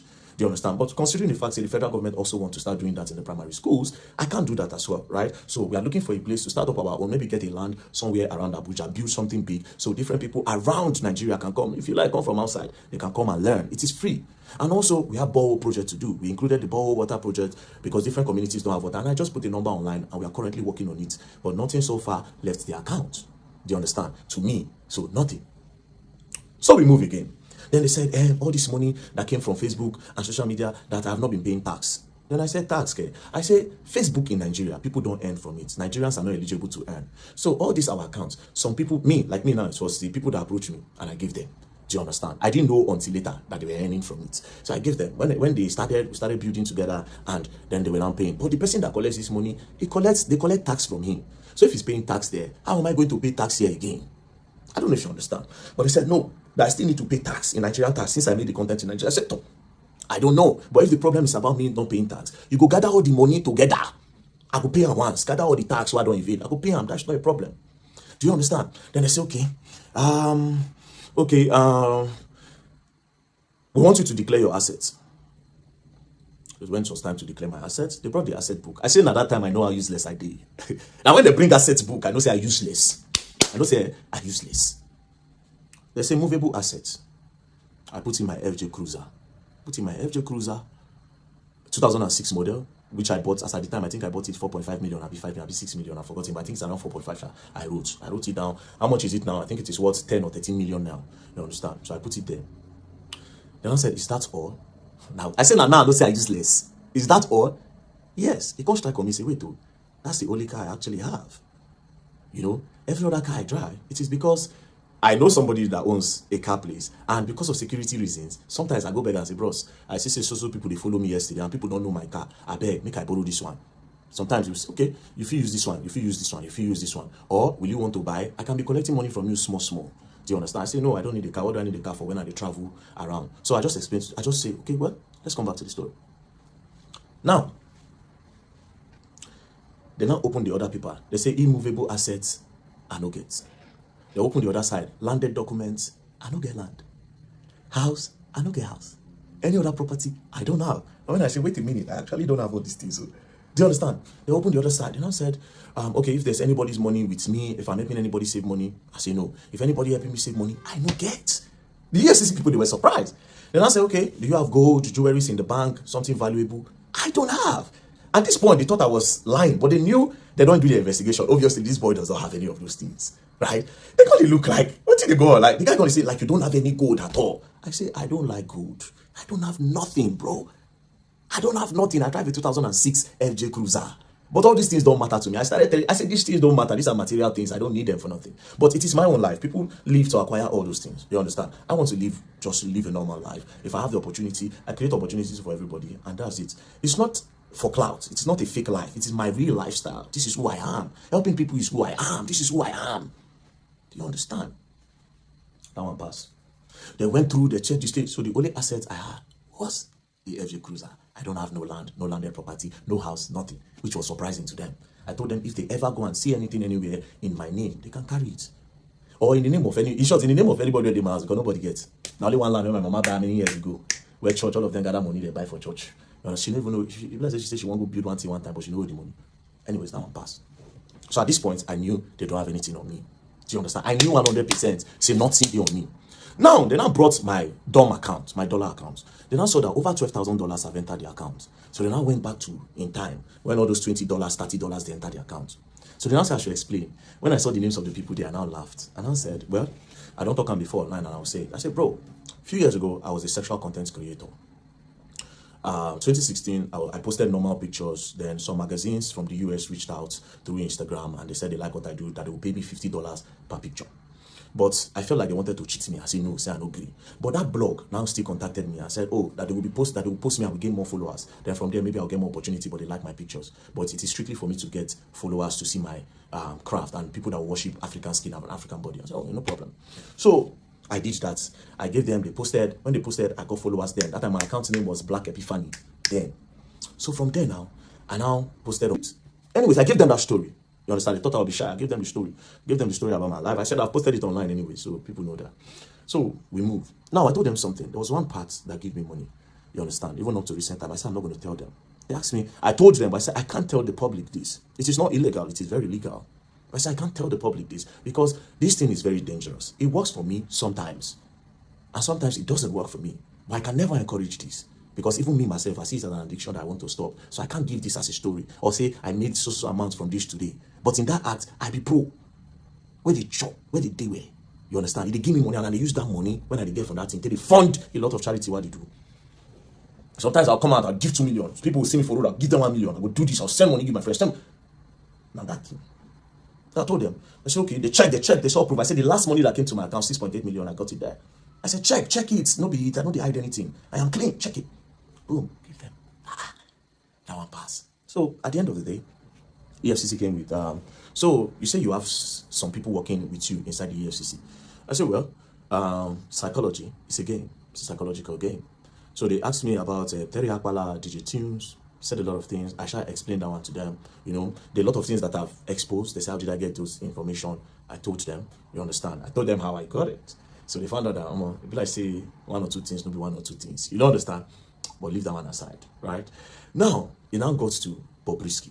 And I brought Bobrisky. Then I said that Bobrisky paid EFCC 15 million to remove money laundering charges. Then I said, it is not me that said, it is Bobrisky that said, not me. I am only a whistleblower that wants to create an awareness on the corruption that might be going on in the prison or the EFCC. So it is your duty to do an investigation on that. Why are you saying I said? So me and the man were talking. I said, oh God, it seems you are trying to indict me.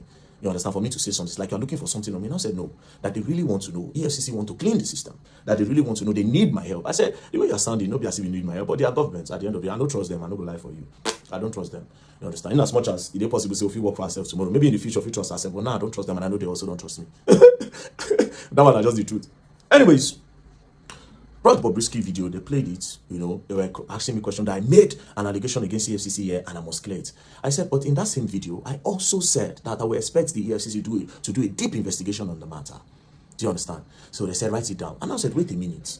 Why are you not asking me off? That's your officer. When they say, Iman, when I posted it by myself, that he knows Mercy Chinwo's husband. The two of them have done show, the EFCC prosecutor. Why you are not asking me of this guy? You have asked me everything but apart from this guy. Then I said, it's your wish now. If you want to write it, you write it. I said, no, you should ask me. You have been asking me all that thing. Ask me of this, your own person. They refused to ask me, and I also refused to write. I said, I will not write until the right time. Do you understand? I said, I will not write on that.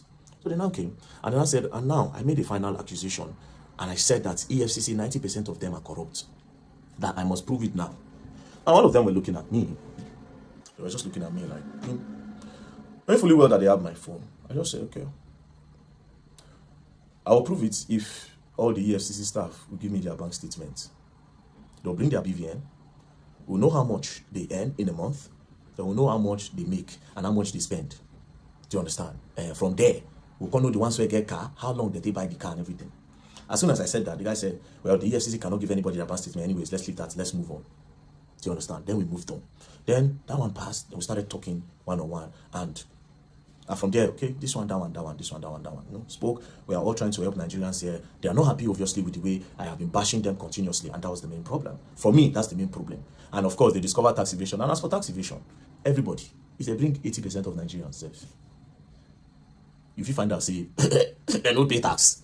Do you understand? So they say, pay us here. And I said, okay, that one don't hold me down, but this is my country. I go pay. So after that, we talk. They said they were going to bring bail condition. They did not give the first day. The second day, they did not give. The third day, that was when they now came and said, oh, they will release me today. So we entered. They said they were going to profile me. Only for them to snap me, my people. Snap me. Wow.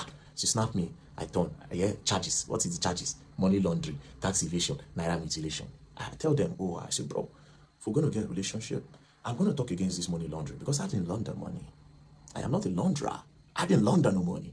Laundry na money where person get from terrorism, drugs, trafficking, human trafficking and everything. Then when you now have those money, you now go and clean it up by telling people that you made it from a legit means. I don't do that. Tax evasion, I feel collect 100%. Say yes, because I did know. Now that I know I'll be paying my tax, remove it. There's no problem. Then in naira mutilation, una go court, go drag on herself. Now, mind you, I kept on telling them, I said, charge me to court. I want to go to court. Let's leave this place. It's not to keep me here. Charge me to court. You know? But I don't know why. I think they want to do some form of investigation and all that. So they hold my phone. They held my phone. I thought I was going to collect it. I couldn't. ẹyẹ ni ẹ má bínú pé ó gùn ẹ jọ̀ọ́ ẹ jẹ́ àfarabalẹ̀ gbé oríṣiríṣi àwọn èèyàn ń sọ káàkiri nǹkan kan tí mo kàn rí inú ọ̀rọ̀ Very Dark Man ni wípé ó ti ṣetán láti fẹ̀mí ẹ̀ lélẹ̀ fún Nàìjíríà ọ̀tá sì pọ̀ ju enemy lọ bó tiẹ̀ jẹ́ wípé kò sí bẹ́yàn ṣe lè mọ̀ rìn kórí mọ́ mi òun náà láwọn àṣìṣe kọ̀ọ̀kan kò sí sẹ́ńtì òní ṣùgbọ́n ibi tí Ọlọ́run ti kó yọ ni pé ó ti sọ́rí kó tó di táìmì yìí ó ti sọ́rí lórí ẹ̀rọ ayélujára pé báyìí ni o ìwà ìbàjẹ́ tó wà lọ́wọ́ òun rèé o òun máa fi kíní ìhun ṣe o òun máa gbà kan àwọn ọkùnrin máa léwu kiri ó ti sọ́rí sóò ìsìn ìtọ́sẹ̀ wà á rí Ọlọ́run fún lọ́gbọ́n Ọlọ́run sì kó yọ tí ò jẹ́ kí wọ́n ká mọ́ kọ́nà àdúrà ní kẹ́ mọ́ fi ran Very Dark Man lọ́wọ́ àdúrà ni òun nífẹ̀ẹ́ rẹ̀ wọ́n fẹ́ ìmí rẹ̀ látàn o ẹjẹ́ àwọn gbàdúrà fún ẹjẹ́ ká gbójú kúrò nípa àṣìṣe rẹ̀ ìmọ̀ bínú ìmọ̀ sí ẹjẹ́ gbójú kúrò ń bẹ̀ ewu tó wà lórí rẹ̀ ju gbogbo yẹn lọ àdúrà ní kẹ́jẹ́ àmọ̀ fi ràn lọ́wọ́ ẹ̀jọ́ èmi gan ti gbójú kúrò ń bẹ̀ ní ìsìn òun náà n tó pass through experience yẹ yóò jẹ́ kó náà wá gbọ́n díẹ̀ tóró náà ti rí wípé òun ò live life fara òun àwọn èèyàn tó ń live life fún ọ̀pọ̀lọpọ̀ wọn ìwọ̀nba díẹ̀ ló sóhun ní love ọ̀pọ̀lọpọ̀ wọn ń wá ìṣubú òun yóò ní ṣubú dànù láṣẹ Ọlọ́run Èdùmàrè gbogbo bó o bá sì ṣe ń rìn ọgbọ́n tọ́lọ́run bá tí wọ́n á fún ọmọ pẹ̀lú experience tó ń gbà kọjá Very Dark Man Ọlọ́run ó mọ̀ fún ọlọ́gbọ́n sí ò ní ṣubú dànù ò ní ṣubú ara ò ní ṣubú ẹ̀mí sáà mọ́ rọra fọgbọ́n sí òun náà ti gbọ́n báyìí. wọ́n dẹ̀ káwọ̀ parí ẹjẹ́ sáré dọ́dọ̀ bọ̀dà Jimmy Disu wọ́n ní Tinubu kọ́ ló build Èkó ẹ̀ mọ́ sọ bẹ́ẹ̀ mọ́ ọ̀rọ̀ rírùn ni wọ́n ní Fashola gangan ni the builder of Lagos Jimmy Disu ló sọ bẹ́ẹ̀ bọ́dà ṣùgbọ́n àyà wa ń bèèrè lọ́wọ́ bọ̀dà Jimmy ó ní kí làwọn ọmọ Èkó ń sọ gangan nígbà tẹ́yìn bá sọ wípé Fashola ló build Èkó àwọn kan ní Tinubu nígi lẹ́yìn ọgbà BRF pé kò sí gbogbo iṣẹ́ tí BRF ṣe kò sẹ́yìn àtìlẹ́yìn Tinubu pé tí ò bá sí Tinubu kò lè achieve gangan mo ní òkè is good ẹ̀rí sọ ṣùgbọ́n kí ló dé tẹ̀ ń dárúkọ alátìlẹ́yìn Fashola pé Tinubu ni nígbà tá a sọ pé Fashola ṣiṣẹ́ ribiribi nígbà tí bọ̀dà Disu jàre tán sọ pé Fashola ṣiṣẹ́ òun ló ṣèkó ẹ̀ ń dárúkọ alátìlẹ́yìn rẹ̀ nígbà tí wọ́n sọ pé Tinubu ló ṣèkó ṣé kò ní àwọn alátìlẹ́yìn tán jọ ṣèkó ni ẹni tó ràn lọ́wọ́ tó náà fẹ̀yìntì tẹ́ ẹ̀ ṣe dárúkọ rẹ̀ pé ẹ ti ń ṣàwòsí ẹ rántí ẹ lè rántí ẹ bá ń tẹ́sí ilé abẹ́rẹ́ jẹ́ agbọ́n lẹ́nu bọ̀dà Disu àwọn náà lè sọ̀rọ̀ ìkóyé wa. I always thank God he gave us Fashola for 8 years. Politically, people attribute all these things to that Tinubu did this and Tinubu did that. It's because the Fashola years have covered up for those bad 8 years. Prior, when Tinubu couldn't even control the disposition of refuse. People have very short memories. Tinubu, when he became governor, he was able to get people, there was a lot of enthusiasm. People like my good friend, Patu Tommy, were more than willing to throw all kinds of documents at him he could work with. But he spent most of his time politicking. And I don't think intellectually he has what it takes and the presence of mind to sit down and govern. I don't think he has it. It's not to take any away from me. I don't have it. So I'm not insulting him or anything. I don't have it because I'm not that kind of person. Fashola is one of the most fantastic guys that have been in governance. He has a very strong mind. He doesn't waver. He doesn't quaver. I don't believe he panders towards anybody liking him or not. He just gets the work done and gets it done quite right. And so I think we give him a lot of credit for that. I think that Ambode was slightly lost at sea. I think he was lost at sea. And I think he had some personality traits that, he was vengeful. He had an agenda that was certainly not in the interest of the state. But I think the current gentleman, for the first 4 years, was slightly lost at sea because of the big boss's ambition. But since the gentleman has moved upwards, you can see he has picked up and is doing quite well. So that is my own. I don't want to argue it with anybody. That is the way it has come out. And people, I've heard people say that, oh, he hates. I don't hate President. Why would I hate him? In fact, sometimes I admire him for getting away with the things that he does. I wish I had that, but I'm not somebody who is. I'm always on the straight and narrow. And I don't. His methods are particular, but I admire him for his. And look, he got where he wanted. But when I talk about capability, I want to say this without. I don't want to be nasty or anything. But who would ever take over a whole country? And the minute he signs, he makes a policy statement. Nobody well-trained does that. I'm from the Unilever School of Management. I worked in Lever Brothers for a short time, but within that short time, I know how to get things properly done. If you know what goes into an ordinary dinner in Unilever, my God, who do you think would? That, for me, is a character flaw. And the first day, as soon as you sense it, subsidy is over. Like that. Even if you had done your homework, what about the optics?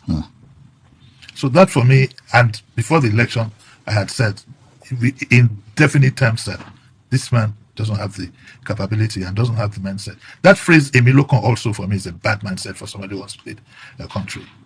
Not to talk of the fact that we heard it on video when he said, grab it, whatever, and run away with it. Those are not the morals I grew up on. They are not. I've been trained to be what you would call a gentleman, or what the Yorubas would call Omoluabi. And Omoluabi does not grab what belongs to you. When I was a youngster, when we go for parties, when they say at a party, who hasn't eaten?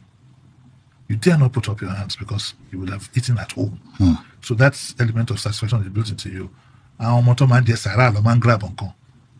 You don't grab something and run away with it.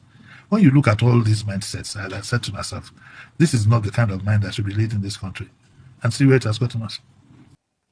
ó náà lẹ ti bá lẹ́nu wọn o, wọ́n tàbùkù wọn gan, wọ́n sọ eléyìí tó jẹ́ òkodoro ọ̀rọ̀ mu ní ara àwọn òrìjínà ọmọ Èkó tán lé àbí ìsọmọ Èkó ni wọ́n ni wọ́n lè mọ́jọ́ ọmọ Èkó tó fi ń sọ̀rọ̀ báyìí o.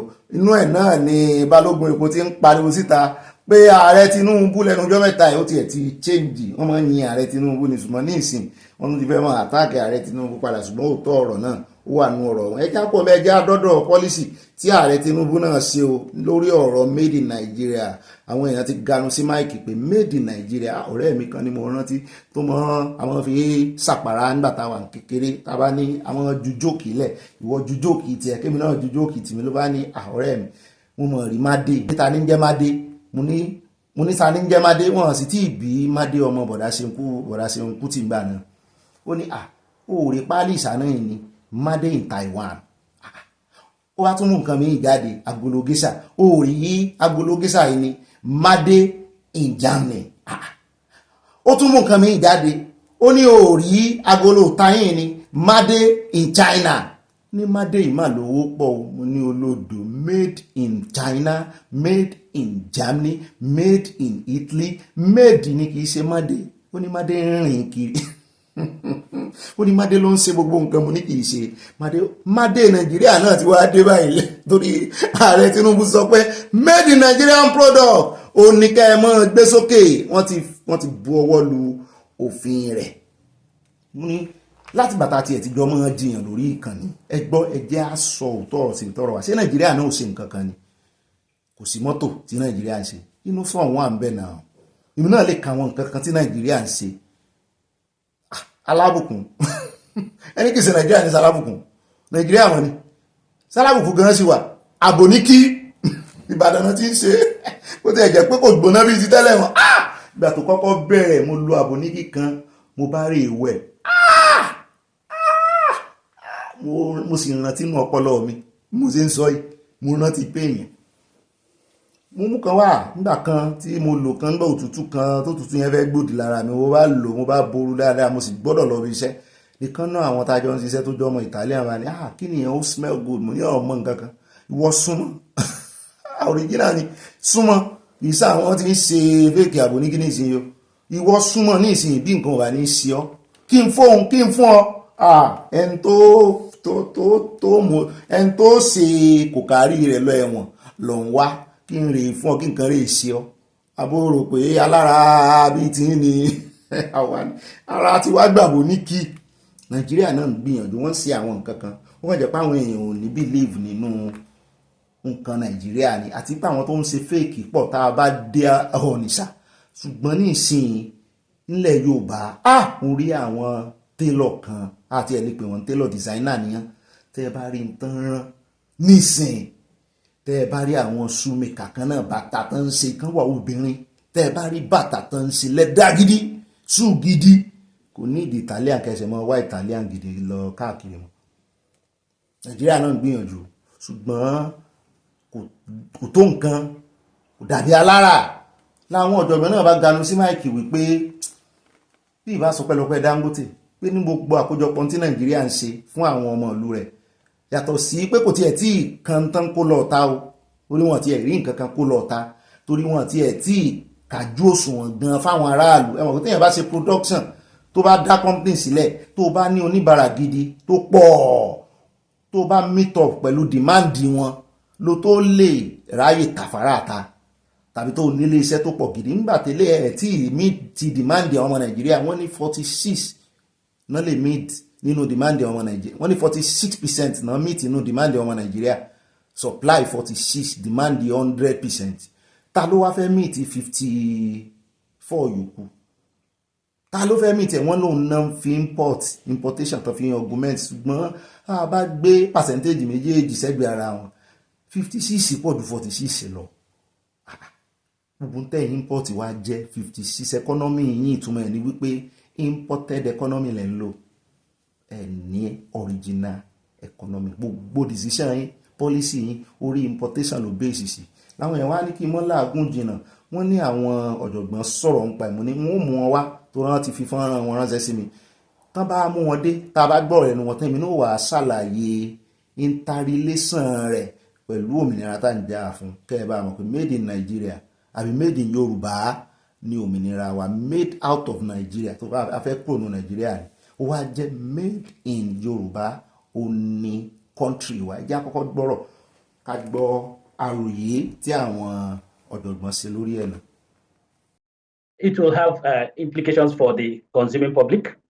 Realize that today, from the official numbers I've seen, we are not producing sufficient enough quantities for our need. As at March, I think the numbers I saw, Dangote refineries, the domestic production is about 45% of total requirement, daily requirement. So what that would mean then is if you ban imports, how are you going to fill the gap? The difference is still there. 54-55% of your requirement needs to be sourced somehow.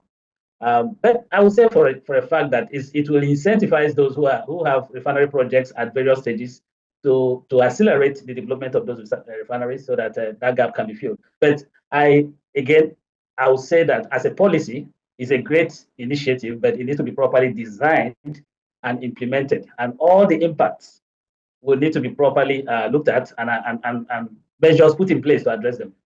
ó dáhùn náà lẹ ti gbọ́ yẹn ọ̀rọ̀ wọn mú yẹ́sì dání ó make sense ó jẹ́ kí èmi náà wá fi tèmi kún ṣùgbọ́n Yorùbá nation ni wọ́n fi ṣàpẹẹrẹ torí Nàìjíríà bẹ́ẹ̀ sì rí yẹn ìṣe confusion break ìbọn tó bá ti dọ̀rọ̀ èdè nígbà tá ààrẹ Tinubu ti wá buwọ́lu made in sáwa náà ò ní made èdè wa ni made in our language torí ẹ̀ la ṣe ń béèrè fún orílẹ̀ èdè wa níbi tá a ti mọ̀ sọ èdè kan náà Yorùbá nation táwa náà ó ṣe mọ́tò tán kọ made in YN Yorùbá nation sí wọ́n sì máa ń kọ made in USA sára Escalade wọ́n sì máa ń kọ made in Japan sára Toyota wọ́n sì máa ń kọ made in Germany sára Volkswagen tó máa ń kọ made in Italy sára Ferrari ẹ jẹ́ kán kọ náà káwa náà ṣe tiwa á ní satellite tiwa á ní gbogbo nǹkan tá à ń ṣe ẹ wo gbogbo Odùduwà company Oòduà wọ́n ti jẹ gbogbo ẹ̀ mọ́lẹ̀ gbogbo ń táwó lọ́wọ́ ṣe wọ́n ti sọ di ti Nàìjíríà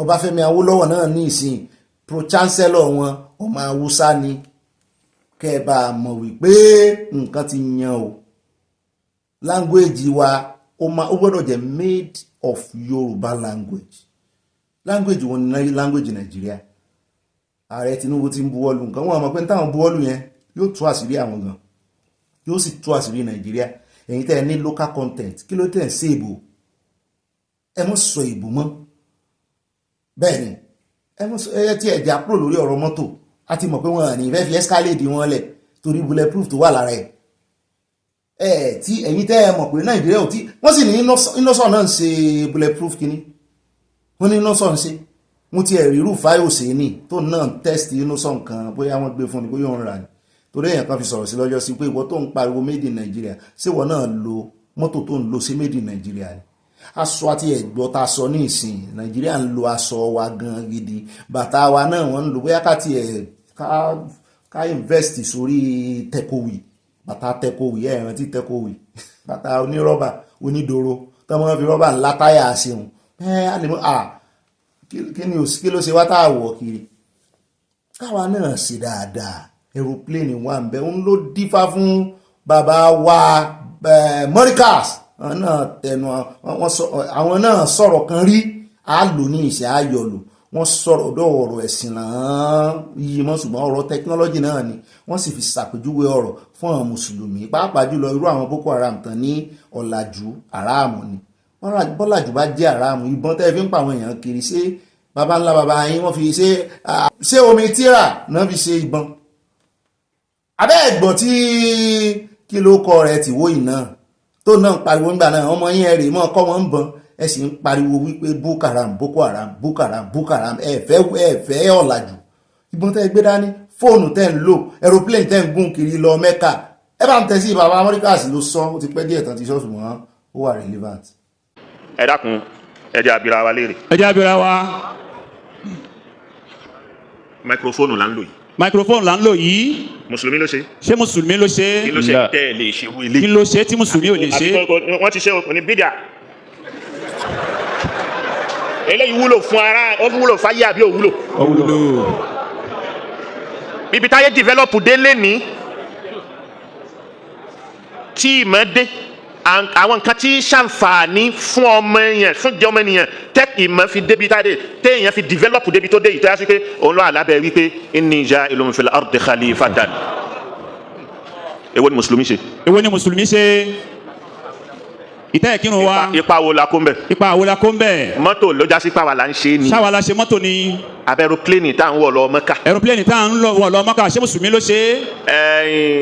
ìtẹ́ ìkírun wa ṣáwa la ṣe. kódà àwọn Chinese ni ó tún ṣe mí jàlábíà tí wọ́n ń tà tí wọ́n lọ rà wá Mẹ́kà. tẹlifíṣàn tá à ń wò. tá à ń wò sátáláìtì. ẹ̀fọ́ yẹn wo ní ìmọ̀ mùsùlùmí tá a ṣe àwa la producer tá à ń jẹ́ Muntij bí kì í bá ṣe mustahlik. consumer la àwọn èyí ṣe. producer.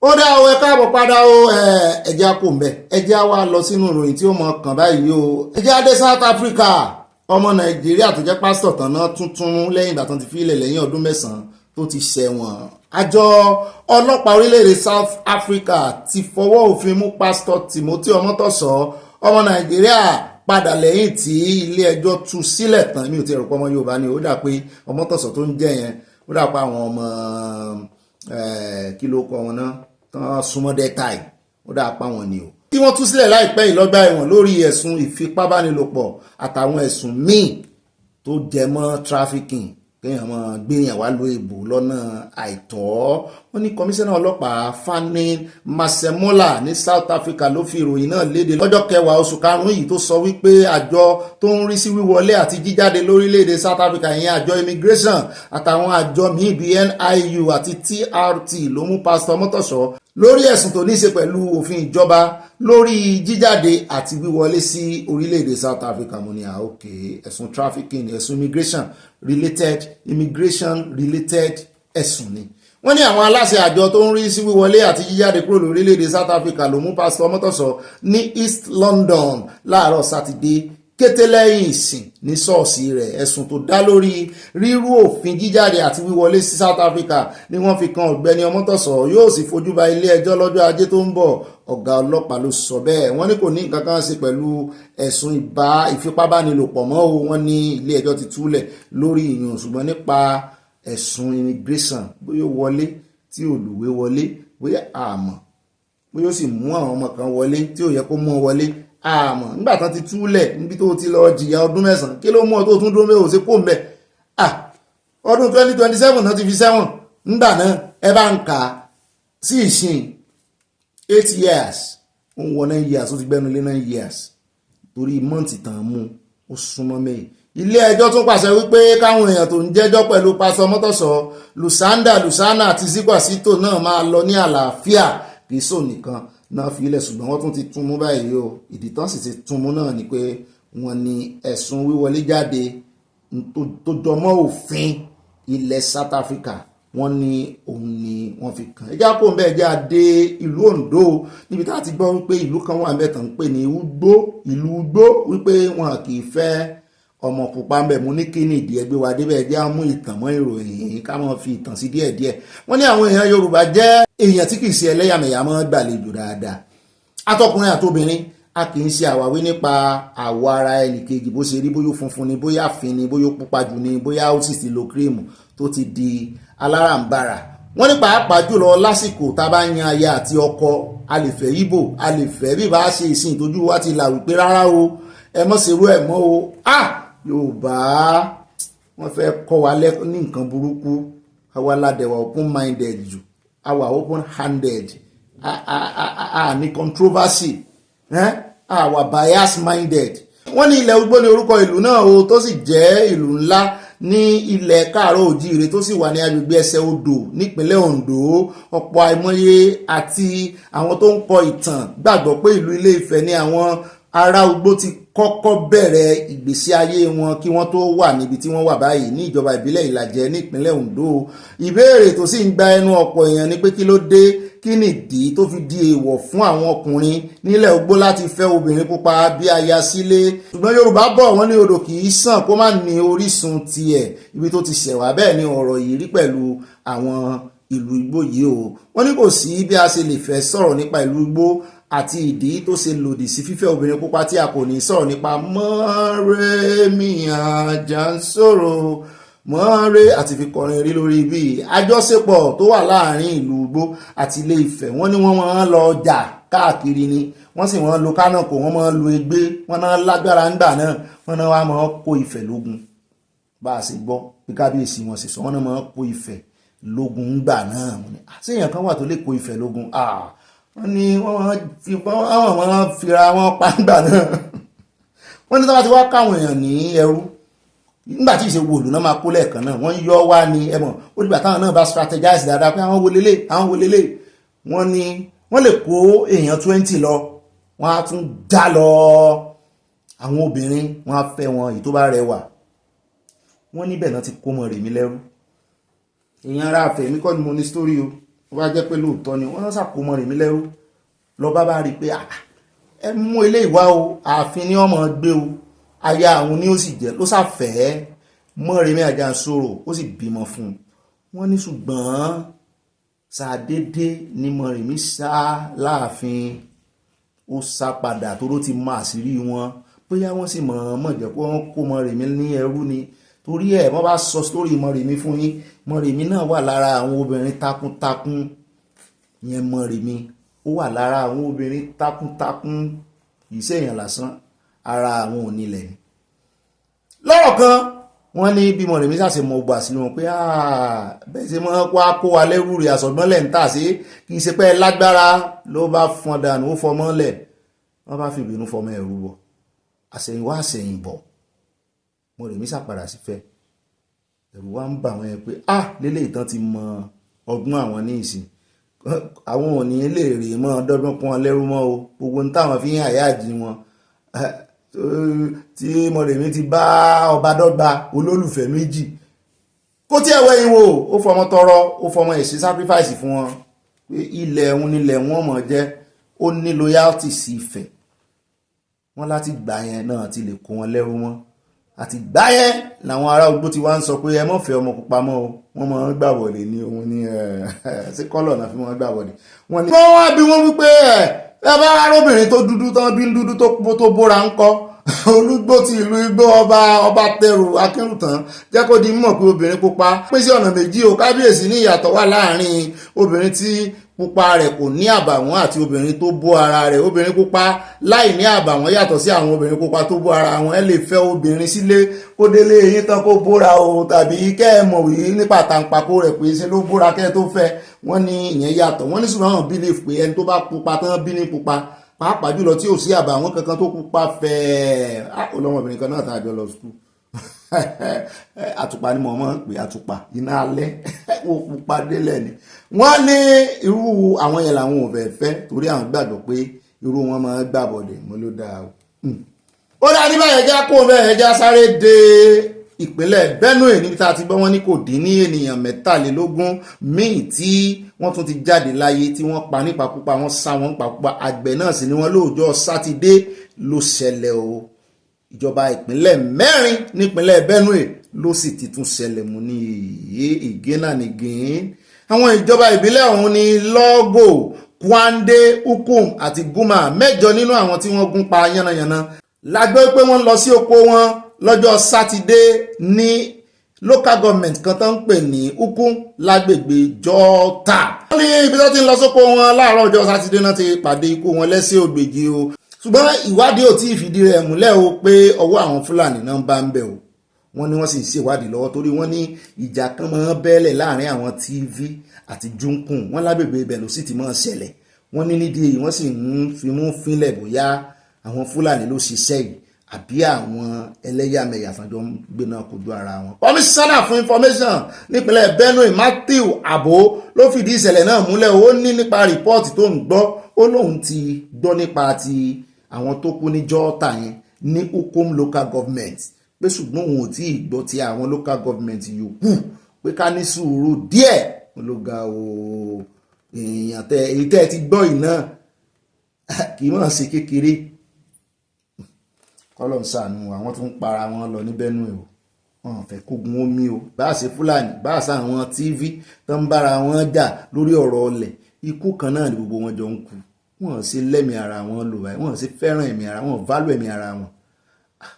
ó lè já kó bẹ́ẹ̀ já dénú rìn tí ó mọ̀ tẹ́lẹ̀ ọ̀dọ̀ arákùnrin kan tó ń jẹ́ Fred Ajudua ọ̀dọ̀ ẹ̀ là ń lọ tí wọ́n ní wọ́n ti rán padà sẹ́wọ̀n nítorí ẹ̀sùn jìbìtì $1.43 million ilé ẹjọ́ tó ga jùlọ Nàìjíríà yẹn Supreme Court ti yí ìpinnu ilé ẹjọ́ tó fún gbajúmọ̀ ìlú Èkó kan Fred Ajudua ní bẹ́ẹ̀lì lórí ẹ̀sùn ìwà àjẹbánu $1.43 million tí wọ́n fi kàn ó dọ́gbọ̀n bàbéèlì gbogbo àwọn adájọ́ 5 ilé ẹjọ́ tó ga jùlọ náà ti fẹnu kò tí Supreme bá sì ti dájọ́ tí wọ́n sì pàṣẹ pé kí wọ́n dá Ajudua padà sí àhámọ́ ọgbà ẹ̀wọ̀n bákan náà ní ilé ẹjọ́ tún ní kí ìgbẹ́jọ́ lórí ẹ̀sùn ìwà àjẹbánu tí àjọ tó ń rí sí tó ń dóòlà ìwà àjẹbánu Nàìjíríà yẹn EFCC fi kan Ajudua kó tẹ̀síwájú bẹ́ẹ̀ rà gbàgbé ẹ rántí pé iléeṣẹ́ Palestine kan nínú lẹ́tà kan tí wọ́n kọ lọ́jọ́ 25 oṣù kẹjọ ọdún 1993 sí mínísítà fún ọ̀rọ̀ ilẹ̀ òkèèrè àti ọ̀gá àgbà iléeṣẹ́ ọlọ́pàá ìgbà náà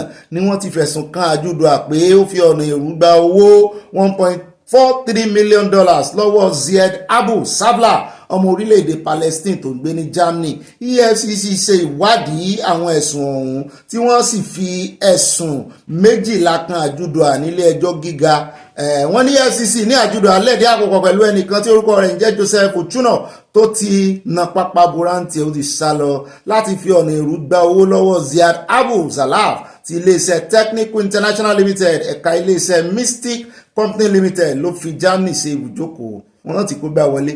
Wọ́n fẹ̀sùn kàn pé Ajudua àti Ochuno kọ́kọ́ gba $268,000 lọ́jọ́ kejì oṣù kẹrin àti $225,000 lọ́jọ́ kejìlá oṣù karùn-ún ọdún 1993 lọ́wọ́ Ziad pẹ̀lú àníyàn láti lù ú ní jìbìtì àtàmì yẹn ní 419 rìn ayé Babangida àbáyé Babangida kọ́ 19 kí ni Babangida náà